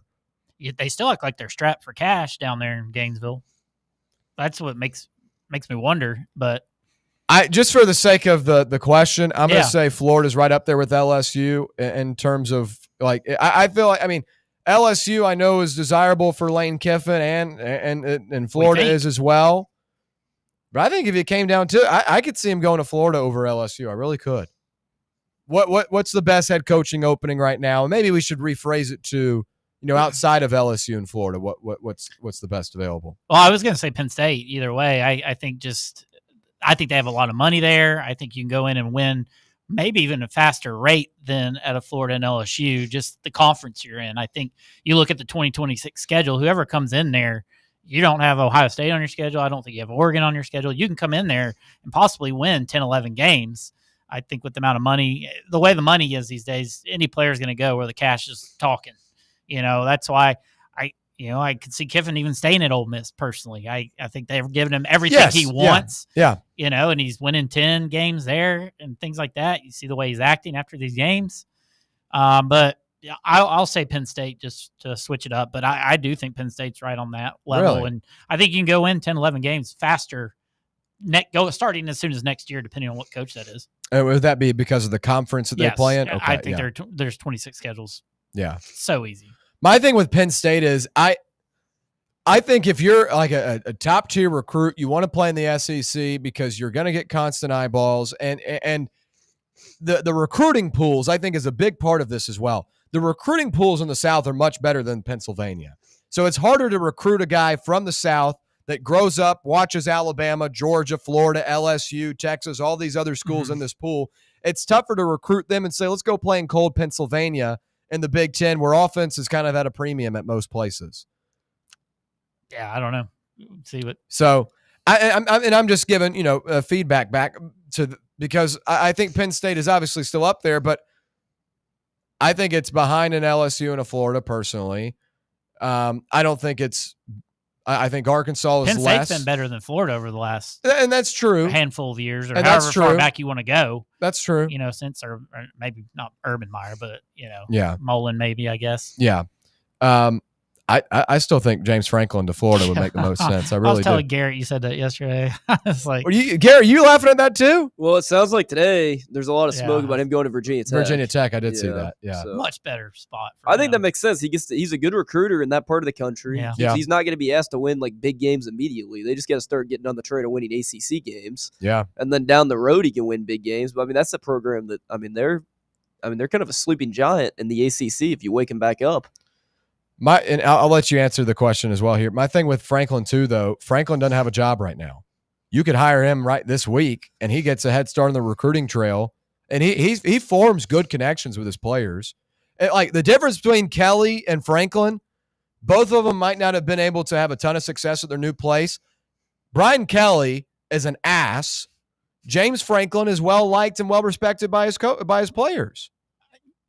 Franklin just can't win. He can't win. He beats But up on who he should be, but at some point you got to win. But my argument He's a with ranked Franklin team. again, if he were to go to a Florida, I feel like the recruiting pools are easier to get, and you can get those He's just boring. I know, but you can get those 5-star wide receivers Talking to come in Kiffin and on play. one hand, and then you're talking Franklin. They're totally opposite. Well, I'm also in the same thing of Kiffin is like, leave him alone. He's doing well at Ole Miss. I don't know if I don't he's think going to he's leave. leaving. Yeah. My thing with Kevin, like he's doing well, and if they play in the college football playoff, these schools aren't going to want to do that. They want to get a coach that can do recruiting and the portal. And if Kiffin makes it to past the first round, which Ole Miss very well could, we're talking 2026, and they're still playing football. Yeah, this new transfer. We thought about it as a player side, but now these jobs are open. Yeah. You look at the coaches side of things on this portal thing. Garrett, your answer here. I think it's LSU. I just think they're the closest to being. I mean, you were talking about Orgeron. I don't think Orgeron. I mean, he was a good coach, but I mean, you talk about the roster. I mean, that was the roster that that's just LSU constructing one of the best rosters in college football history. I mean, I think kids go to LSU because they want to play at LSU. I don't think they necessarily go to LSU because of who the coach is. I think it's one of those rare situations where they want to play for the LSU Tigers. I think that's another recruiting hotbed in Louisiana. Obviously, Florida, Texas, California, Georgia, those are the top ones. Louisiana, though, is right there. And I just feel like LSU is, one good hire away, and they're a team that's in the playoffs every single season. Yeah. I just don't know who that hire and that's is. a good They're not point. good And that's a good candidates. point. I mean, Orgeron might not be a great X and O's guy. He's a fun guy to be around, and he was an easy recruiter. And he did bring all those guys to the Bayou. Who are you going after for LSU? Is Probably Kiffin, Kiffin, yeah. but you don't think he's leaving? No. Who outside of that? Probably- You said Joe Brady yesterday. I said Joe Brady. Another one. So Summerall, I think Garrett said Monday as well. Yeah, that's true. I'd give Drink a call. Okay. I really would. I think That's what people Alex said, people I think, people hate him, but I think he's a really good coach. And what he's what done I in said, Missouri, that's very impressive. We said Penn State for Drink, I think, at one point. I said Penn State for Yeah. Drink. I saw a very interesting one. Okay. And he would have to For who? he would have LSU? to for LSU. He would have to rework how he does things. Okay. Oh gosh. Do you know what I'm about to say? No. Who? I saw one person say, "What if Bill Belichick got the call and went to LSU?" He'd have the players there. He'd have the players. He'd have to rework the whole dynamic of I'm going to bring my whole family here. They'd be like, Jordan can't come. Yeah.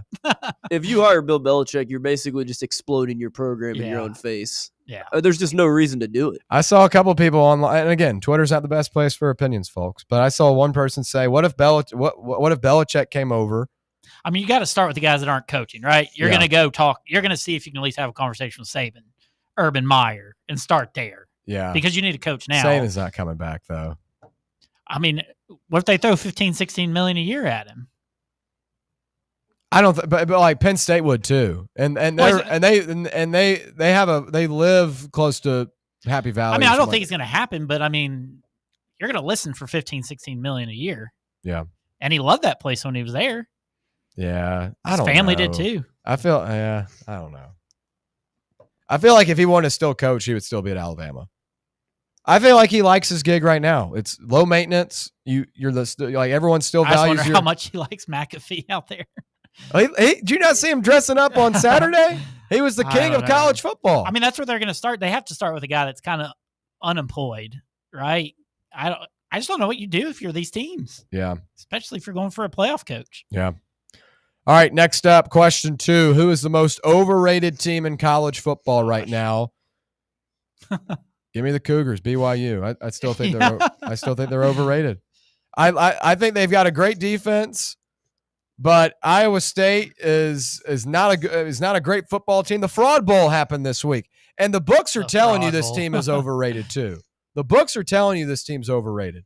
They've given them as underdogs the last 2 weeks.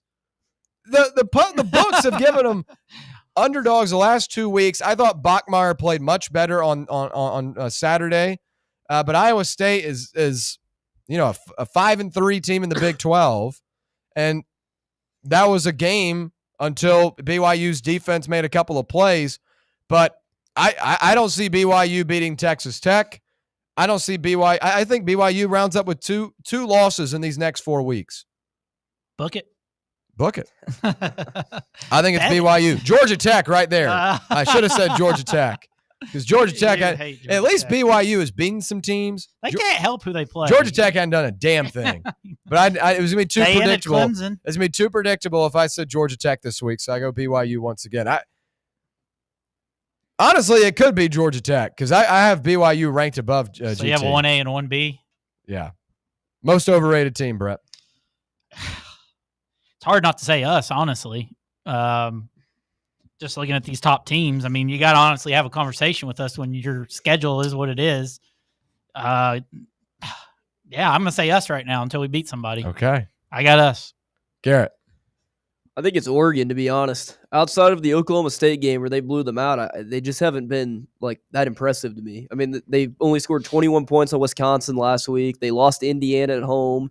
The Penn State game went to double OT. We've seen what Penn State's been later. I mean, obviously, Aller played that game and stuff, but I don't know. They just seem like a team that's not destined to make a deep run in the playoffs, in my opinion. Okay, Oregon. I'm surprised about that. Now, I know you love Dante Moore. You still love him? I do love Dante Moore. I love Dan Lanning. I love me some Dan Lanning. You like to check in and make sure I still like my guys, don't you? Yeah, I know. All right, we'll go to the Big Ten. Ohio State and Indiana seem to be on a collision course for a historic 1-2, 12-0 versus 12-0 matchup in the Big Ten championship game. While it would be a great game on paper, what's the incentive to play your starters for a full 60 minutes? Now, both teams will easily have a bye locked up in the college football playoff if they go into this game at 12-0, and the injury risk in a highly physical game is very real. Carson Beck last year at Georgia gets knocked up in that Texas game and really kind of ended their season right then and there. Gunnar Stockton wasn't bad against Notre Dame, but Georgia couldn't really move the football, and they had to change a bunch of things up. I know this is kind of a ticky-tack answer here, but there's not a whole lot of incentive. With the way the college football playoff is expanded, where you've got 12 teams, and now where the seeding has been corrected, which I do agree with, the seeding should have been corrected to this format where the top 4 teams are the top 4 teams. But when you get an instance like this, it's like, what's really the incentive to go out there and fight it out when, a guy could get banged up, gets hurt? I mean, that's, I don't know. I don't think there's a ton of incentive here. Obviously, you don't want to sit all your guys. And for Indiana, I think there's more of incentive to win as opposed to Ohio State. Ohio State's won multiple Big Ten championships before. For Indiana to be their first. But in the grand scheme of things, if you're trying to win the college football playoff, you don't want to go risk Mendoza getting banged up. You don't want to go risk Sand getting banged up. Do you see where I'm going here with this, Garrett? Yeah, but I don't think a coach is going to look at it that way, especially Cignetti. I think he's going to try and win a Big Ten championship. I mean, maybe Day says, okay, we'll forfeit the Big Ten championship for, go back-to-back national championships. But, I mean, I understand where you're coming from. I think it makes sense. I just don't think that's how coaches' minds work. Okay. And I agree. I don't think any coach is going in saying, let's tank this thing. But when you look at what this would be, they're going to be 1-2 most likely if they roll out the season 12-0. And they'll be 1-2 regardless of who wins that game, probably. Yeah. I mean, at the end of the day, though, it's like any game. I mean, your star quarterback could get injured this week. I understand I understand what you're saying. I just don't know that that's going to ever happen. Brett? Yeah, and Ohio State could lose to Michigan like they always do too, That because is it'd be true. 11-1 That is versus true. 12-0. Maybe I'm jumping at the bit too quick. Yeah, so I don't know.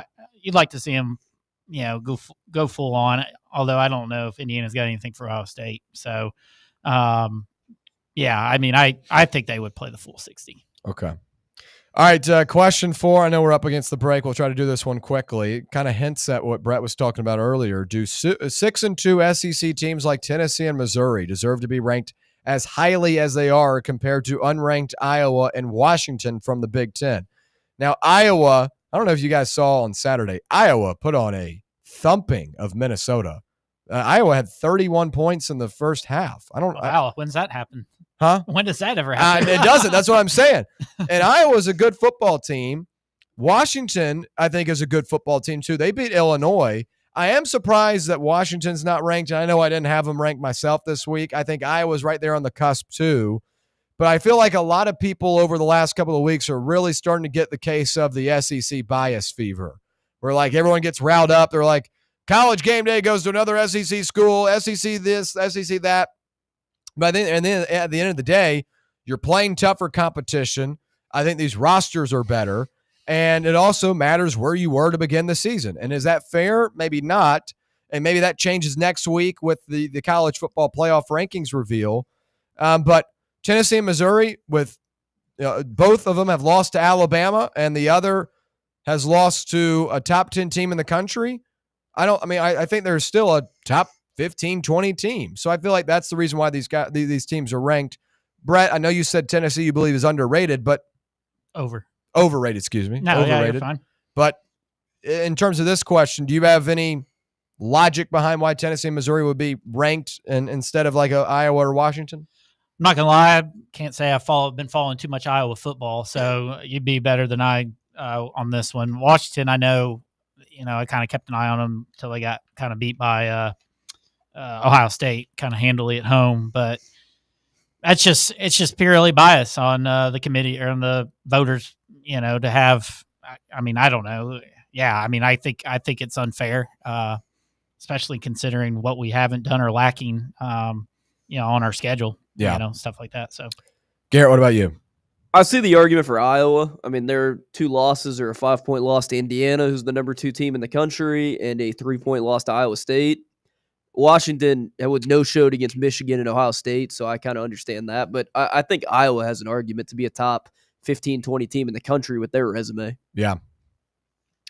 Yeah, I watch a little Big Ten football myself. I know it's not as fun as SEC sometimes, but I do like Washington a lot. I can't get over their loss to who was it 2 weeks ago?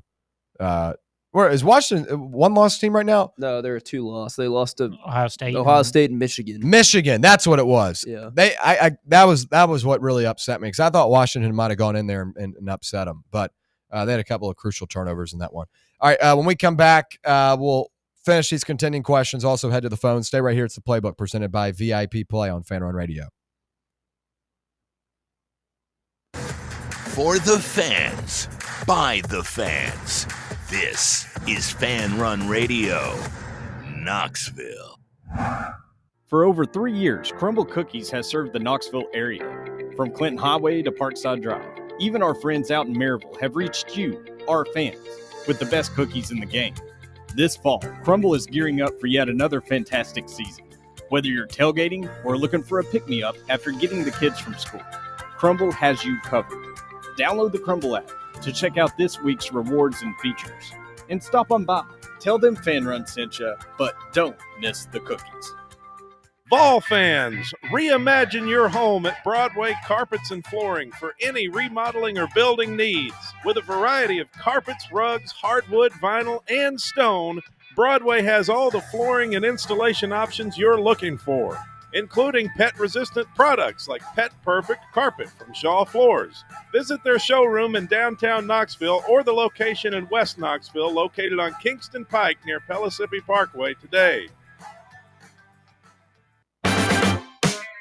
Yeah, it's another day, but what kind of day is it really? A day of doom scrolling? Laundry day? Nah, it's a White Claw day. Light and refreshing tasting, uniquely cold way filtered. There's an iconic flavor for everyone. So grab a pack, grab your friends. Make the most of each day with those who matter most. When you're together with White Claw, every day is a once-in-a-lifetime experience. You just gotta grab it. White Claw. Grab life by the claw. Please drink responsibly. Hard seltzer with flavors. White Claw Seltzer Works, Chicago, Illinois. Yeehaw! I've been hooting and hollering ever since I started betting with the VIP Play app. VIP Play has more than 200 leagues, every bet type you can imagine, live betting and live hosts, all with 24/7 support from real live people when you need them. Start betting better with the VIP Play app today. Don't be a better, be a better with VIP Play today. Download VIP Play today or head to VIPPlayApp.com. Make sure you use the promo code FANRUN to take advantage of their welcome bonus and so they know that we sent you. Gambling problem? Call 1-800-8899-789. Must be 21 or older and located in Tennessee to bet. A brand built in Tennessee and born from the love of the game. Inward Half revolutionizes golfing comfort. Crafted by a former pro and dedicated enthusiast just like you, our luxury performance wear guarantees you stay cool and comfortable through every swing and every day. We're not just a brand. We've set out to create a lifestyle for those who understand that impeccable style and premium performance are a hole-in-one. Enjoy the walk-in with Inward Half.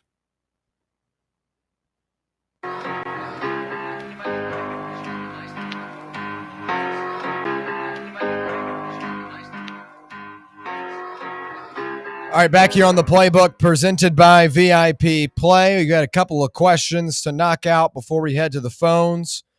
We'll go to question 5 as we continue our continuing questions here. Now that the Big 12 has 5 teams in the AP Top 25 poll, the same as the Big 10, have we reached the point where the nation can conceive of the possibility of more than one Big 12 team in the playoff? What are the most realistic scenarios under which that might happen? And Arizona State, they lose this past weekend to Houston. That now gives them 2 Big 12 losses on the year. That kind of axes them out of the mix. But Houston is still comfortably involved in the mix. They've only got 1 loss. Theirs was to Texas Tech. Texas Tech only 1 loss to Arizona State. BYU right now in the Big 12 standings, the leader. I think Texas Tech will make the college football playoff. I think they're the best team in the conference once Baron Morton gets healthy.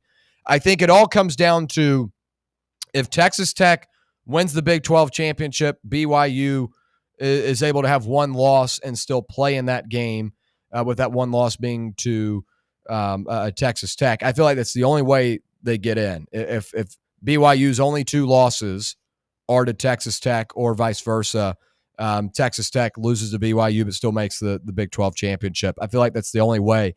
BYU suffers 2 losses, which I predicted a minute ago, then I think they're out, and it would just be 1 team, and that'd be Texas Tech. They'd play Houston. I don't think Houston has the resume outside of the Big 12 to make it. So I really right now see the only way 2 teams make it from the Big 12 is that if Texas Tech wins it, and their only 2 losses are for BYU to Texas Tech, or vice versa, BYU wins, but Texas Tech only has those 2 losses but still makes the conference championship. That's the only scenario I see right now. Any thoughts on the Big 12, Garrett? I mean, I think Cincinnati's another team that could do it. Yeah. I don't know that they're necessarily good enough to win at Utah and then, BYU 2 weeks later, or I guess 3 weeks later. They do play BYU in Cincinnati, so there's a chance. Yeah. And then Arizona and TCU, the other 2 games they play. TCU has a high-octane offense. I could see TCU winning that game, but for now, I would say probably the Big 12's a 1-bid league. Okay, yeah. I would share that same sentiment unless BYU's able to finish out the year on a strong note. And then, again, Texas Tech, BYU being those 2 teams. Brett, what about you? Yeah, I mean, they're a 1-bid league. I think it's just between BYU, Texas Tech, it seems like. All right, Memphis gets the win over South Florida this past weekend. Are the Tigers now the consensus pick for the group of 5 spot? Navy, still undefeated in the American. They travel to North Texas. Brett's all about what goes down in North Texas. Not much. But those 2 teams right now, and in addition to Tulane, kind of the mix. But Memphis, despite that loss to UAB, has probably the most impressive win out of any resume, and that's over a ranked team in South Florida. Also, keep in mind, Memphis, Brendan Lewis goes down in that game against UAB. Maybe the committee views that as a game that you kind of have to consider a mulligan because they weren't at full strength. and that following week they get their quarterback back and knock off a top 25 team. So I feel like Memphis right now would be that group of 5 team. Am I missing out on someone here, Garrett? Probably James Madison. They only have one loss, 14-point loss to Louisville. If they win the Sun Belt and only have one loss, and that one loss being to Louisville that they were in on a Friday night game for pretty much the entire game until they let Isaac Brown get loose. Yeah. But I think JMU, the Sun Belt is significantly weaker this year than the American. The American's in a league of their own of the group of 5 right now. The Sun Belt's been pretty underwhelming, to be honest, but I think JMU does have a very good chance. I just don't know how the committee views some of their wins. Like they beat Georgia State 14-7, and Georgia State is a 1-win team right now. But that would be the same way, I guess, you would look at Memphis losing to a UAB team that fired their coach midway through the season. So I just don't know how the committee views wins and losses of other G5 teams. Interested also to see UNLV and if they're able to. I know they lost to Boise State, but maybe UNLV is able to get a win in the conference championship. They'd be a 1-loss conference champion. Maybe that's enough. We'll have to see. But I feel like Memphis right now in a pretty good spot. We'll see if they can handle Rice this weekend. Brett, what about you? Yeah, I kind of like Tulane. I think out of all this, I think Tulane could be that group of 5 we're talking about at the end of it. Okay. All right, and then finally, upsets have been a fixture in each week of the college football season. What is the most likely upset this weekend? And I look at NC State taking on Georgia Tech. The Wolfpack plus 5.5. Can't get over it. Plus 5.5, Brett. 7:30 at night. NC State. I mean, is it a house of horrors? I don't know. You expect something crazy. It's just 24 hours after Halloween. Georgia Tech. Garrett, all right. Mine would be NC State over Georgia Tech. Is gonna 4-4. Why is that a 5.5-point spread? I don't know. What do you want it to be? You talk about how Georgia Tech didn't blow anybody out. And NC State's not a scrub team. Speak scrub when you're 4-4. I mean, I don't know. Go for it. You had to pick an upset. That's your upset. We'll see. I mean, they have a loss to Notre Dame and Pitt, and then they lost to Duke. I mean, those are all respectable teams. That Virginia Tech loss is still ridiculous, but. What? Go ahead. NC State would be my upset pick this week. Garrett? I don't know. I'm trying to find one. There's not really that many games on the schedule this week. What about Cal?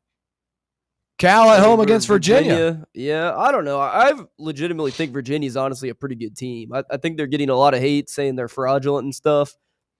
I think they're a team that can win 10 games. I think they're a team that, I don't know. I think they have a very good offense. I really like Chandler Morris. I like the Cal quarterback. I'm not even going to attempt to say his last name. Sagapuleate or Sagapule. I think that's a pretty good guess on how it goes. But yeah, I don't know. I guess that's a good one. The Florida Georgia game in Jacksonville always gets a little interesting. Yeah. The last one there, I could maybe see Florida making some noise, but I don't know. It's these type of weeks when the schedule's kind of. I'm not gonna say it's a week slate. Any Saturdays. Is Vandy an upset? Being an underdog? Technically, yeah. Yeah. What about Miami going to SMU? SMU do anything there? I'm not worried about it. SMU's Carson Beck going to throw the ball to him 4 times? SMU's erratic. I don't like SMU. Everyone believed they should have been a top 25 team to begin the year. I will say that was one of the things I was dead right on. I didn't even have SMU ranked in my top 25. Many people had them in like top 15 or like 16. I didn't have them ranked. I don't like Kevin Jennings that much. I think he's good, but he's a spinner wheel. What about Nebraska and USC? I don't know. The USC offense seems like they're too good, but that's another game you could look to. Yeah, but then again, it's Nebraska versus a ranked team. Yeah, that's true. So they don't have too many of those type of wins. Yeah, they don't have any almost. Yeah. So I'm sticking to NC State. Give me the Wolfpack, Brett. Go ahead. The House of Horrors.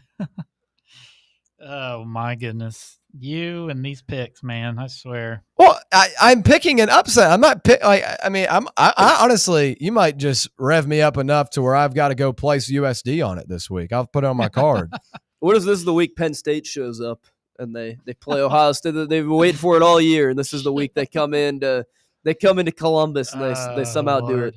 They have the roster outside of the QB injury. Well, their quarterback is hurt. Outside of Maybe a him, though, blessing. I mean, you look at that roster and you just don't understand how the team is 3-4. At least I don't understand how they're 3-4 with that roster. If I were Penn State's coach, I'd do. I just put Katron Allen at quarterback and just run the ball the whole game. Do option with Nick Singleton. Option. Yeah, do an option with Nick Singleton and Katron Allen. They may not even get 10 first downs in that game. Ohio State's just so elite on defense. Imagine it's telling just someone at the stupid. beginning of the season Ohio State would be a 20.5-point favorite in this game. This was supposed to be the best week of the season. Week Yeah. 10 preseason had 7 top 25 matchups. What is How there many now? they Like got? 2 We or have 3? we have three Three, now. yeah. We have 3 now. But I'll pull it up for you real quick because I was looking at it yesterday. The 7 top 25 matchups that were supposed to happen: Penn State, Ohio State versus that would be 2 and 3. Miami versus SMU, 10 versus 16. Arizona State at Iowa State, 11 versus 12. South Carolina, 13 versus Ole Miss, who was 21. Texas Tech, Kansas State. Oklahoma, Tennessee, Georgia, Florida. We would have had 7 top 25 matchups this week. That's crazy. Now we have 3. Sad. We added 2 though. Utah and Cincinnati, Vanderbilt, and Tennessee, Oklahoma is the only one that is still a top 25 matchup. That's crazy. And you want to call them overrated? Both of them might be. So who's your up? Who do you have an up? I was going to say Florida. Florida? I think Florida. Okay. I don't know. Something funny happens in that game. Okay. And they haven't played poor. They've played all right on defense. They do have. I like Florida's. I don't know who defense. their interim is, but Yeah. Aiden Sadati online says Nebraska hasn't been a ranked team since 2016. So I don't think it's going to change this week, to be honest. I think that the USC offense is too good. you get Zesty in the end zone, Malik Lemon. yeah, you hated them yesterday. I didn't hate him yesterday. I just said all I said was, Brett, is that you I said they were better. I thought they were so better. I think against Lincoln Riley, so against USC. You asked me the team. And then, Lincoln Riley coaches the team. Like 2 weeks ago. Lincoln Riley's a better coach than Heupel. Lincoln Riley's main thing is his quarterbacks. Outside of quarterback play, his defenses have been beyond horrible the entire time. Heupel can't really argue much. Tennessee had one of the best defenses in the country last year. You guys want Heupel over Riley? Go for it. Weren't you the one that I'm not saying he's a good coach. I think Heupel's overrated as a coach too. Don't get me wrong. You just said 2 weeks There's ago. a lot of overrated coaches. I'm around going to have to America pull it up. right You now. just said 2 weeks ago that Lincoln Riley cannot get it done on the road, can't travel. It's a neutral site. What, USC and Today, you would take Tennessee over USC. Oh. Yeah. In a game on neutral site. Yeah. Okay. I would hate to see what Mayava would do on our defense. I would hate to see what Joey Aguilar does. It'd be a shootout. It would score more points, no doubt. Illinois just got waxed this weekend by Washington, and Illinois beat USC. We haven't beat a team with a winning record yet. I don't know what we do against USC. You see, that's the other thing. That's going viral on Twitter right now. And it's true. It may be true, but your 2 losses are to top 8 teams in the country. Are you getting credit for that now? No, but I just think it's an easy thing to point out and say Tennessee hasn't beat anyone all year. That may be true, but you play your schedule. You could say the same thing about Indiana. Yeah. Other than the Oregon game, they've beat Illinois. Michigan State, UCLA. I guess they've had a little bit different, difficult. Of a But schedule you can still. pull that argument out about a bunch of teams, and it's like Tennessee had a 3-point loss to Georgia. Not to this level, though. You're talking about playing 3 teams that haven't win in a conference. But the SEC is a different beast than the Big Ten and all those others. Arkansas, Mississippi State, those teams are better than Purdue, Northwestern, Rutgers. In my opinion. I just think that argument is a little bit. I'm not bashing you. I'm just saying I think that argument in general. And you is went to flawed. overtime in Mississippi State. You won by 3 against Arkansas. You're not. Texas just went to. But I think we're better in Texas this year. So we're getting a participation trophy for those games. I'm not saying you get a participation trophy for keeping it close. I'm not saying that. What I'm saying here is that obviously, you haven't beaten a team that is really. In your mind, but you've got opportunities to do that this weekend and against Vanderbilt, and a tough matchup on the road against Florida. And he better do it. Yeah, that's all I'm going to say. Okay, and I agree. But the whole let's take a snapshot of what we've done this season and your 2 losses are to top 8 teams. I'm not asking for a participation trophy, but there's a reason why they're top 8 teams. And you were a field goal away from one of them, and you go on the road for the other. And if Angeli didn't get hurt for that Syracuse game, Syracuse would be a team that would be significantly better I agree. than they are right now. I agree with that. I agree with that as well. I'm not asking for a participation trophy. I'm just saying that the snapshot stats of who you've beat, like it just like it's not it's not really fair to do at this point in this. We're eight games in. You've beaten the teams you were supposed to, and you've been competitive with the teams that you knew that were going to be tough to win. Yeah, and that's what we said preseason. Yeah. So now you got to win out. Good luck. Good luck. When we come back, we'll wrap things up. It's the Playbook presented by VIP Play. Congratulations. You found sports radio that doesn't suck. This is Fan Run Radio, Knoxville. Fan Run is giving away a huge prize package. That's a big box. What's in there? You're going to want to find out. What's in the box? What's in the box? A winner will be drawn live on Halloween during Fan Run Friday at Calhoun's on the River. To learn how you can earn entries, make sure you're tuning in daily to Fan Run Radio and following us across all of our social media platforms on Facebook, YouTube, X, TikTok, and Instagram.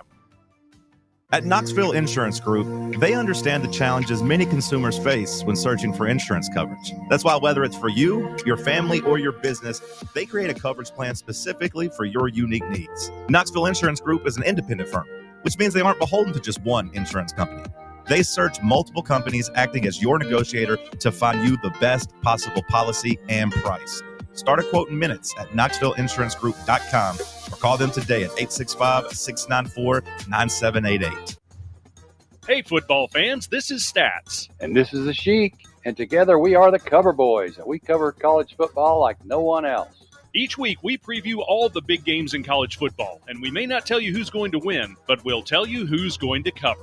Our patented right sides are clicking at 66% against the spread all time. So join us right here every Friday evening at 8 for the Cover Boys on the official voice of Tennessee fans, Fan Run Radio. And enjoy the winners, everyone. Have you ever found yourself wishing your clothes looked brand new again? Whether it's your favorite suit, that little black dress, or your comfy winter coat, Crown Cleaners can make it happen. From stubborn stains to delicate fabrics, the expert team at Crown Cleaners uses the latest cleaning technology to ensure your clothes come back looking and feeling fresh. Visit one of their 2 area locations, Kingston Pike on Bearden Hill or South North Shore Drive near Dunkin' Donuts. Online at crowncleaners.com. Crown Cleaners, a tradition of excellence.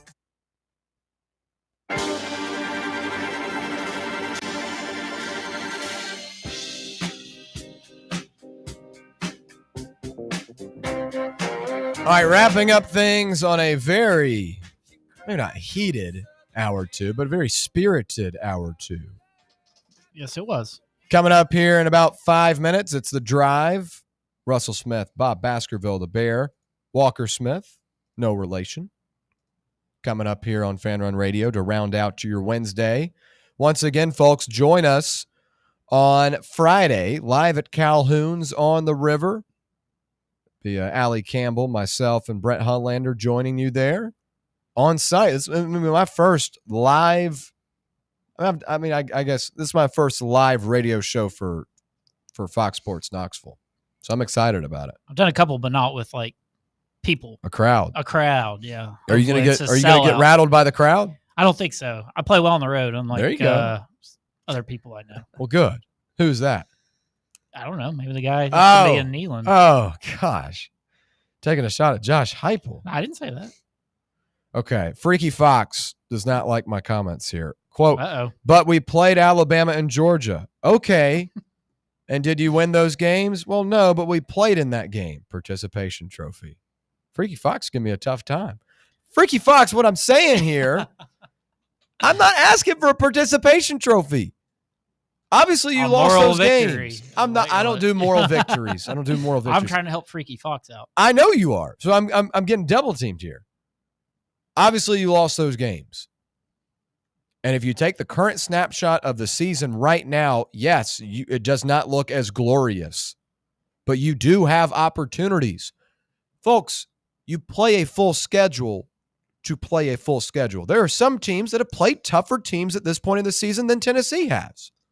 But at the end of the season, when all the games are played, you're going to have opportunities to beat what will be a 1-loss or 2-loss Vanderbilt team. You will have an opportunity to beat what is a 2-loss Oklahoma team this weekend. And Florida, I know, is not a great football or is not a great record team, but you haven't won on the road in Gainesville since 2003. Mm-hmm. So you've got some bigger games on your schedule later in the season. If Tennessee already had a win over Oklahoma or a Vanderbilt right now, we wouldn't be having this conversation. But when you take the snapshot right now, it is skewed. So wait for the whole season to complete. That's what I'm saying, Freaky Fox. I don't want participation trophies. I want real trophies. I want a college football playoff. They give trophies for that? They give it for making a playoff? They give a trophy for the college football playoff. They make T-shirts if you make the playoff. The winner. Gross. I lost my T-shirt from last year's college football playoff. I'm That's pissed. a shame. When did you get that? Did you buy it? Or I got it for Christmas. Oh. Can I add one thing to where we're ranked real quick? Sure. I'll be 30 seconds. We're not similar, but you look at a team like Notre Dame. They are 2 losses. They have the same record we do. Their 2 losses are to very good teams as our losses are to 2 very good teams. They've played sub competition in the rest of their games. If you want to label our competition sub, I would say our schedule is better than theirs. They've beat NC State, Boise State, Arkansas, Purdue, and USC. Now, they've won in a little bit better fashions than we've won, but I would say the ranking is fair. They're 12, we're 14. We have 2 losses. They have 2 losses. Their schedule hasn't been that great. I like that, Garrett. What was one of those teams they beat? Purdue, State. NC State, A tough Arkansas, Wolfpack team. A tough. USC, and Boise State. A tough Wolfpack team. We're going to do the best bets live. You're going to be able to give the reactions in front of the crowd. They're gonna boo you. I'm scared for you on Friday. I'll get a great reaction when I say Tennessee minus 3.5. I mean, I might too. I'm looking forward to it. Real quick, Hill Vol fan, McCoy's agent may have just told him to sit the season out and not risk it. Where is that coming from? I think that's just him, right? Oh. I think he's just saying that. Well, as we reported earlier, Hill Vol fan, McCoy is practicing this week. He's going to go through the same stuff he did against Arkansas. If there's no swelling, we'll see. But right now, I anticipate he'll come back after the bye week, and I think he'll play the final 3 weeks of the season. Final 3 games. Win or lose this weekend? Well, win. I mean, he's Okay. not coming back for a 3-loss team. Okay. But he wants to play. It's never been the thing. So, all right, that's it for a Wednesday edition of the Playbook presented by VIP Play. For Brett Hunlander and Garrett Armbrust, I'm William Pattison. We'll be back same time tomorrow, 1 to 3, right here on Fan Run Radio. Coming up next, it's The Drive.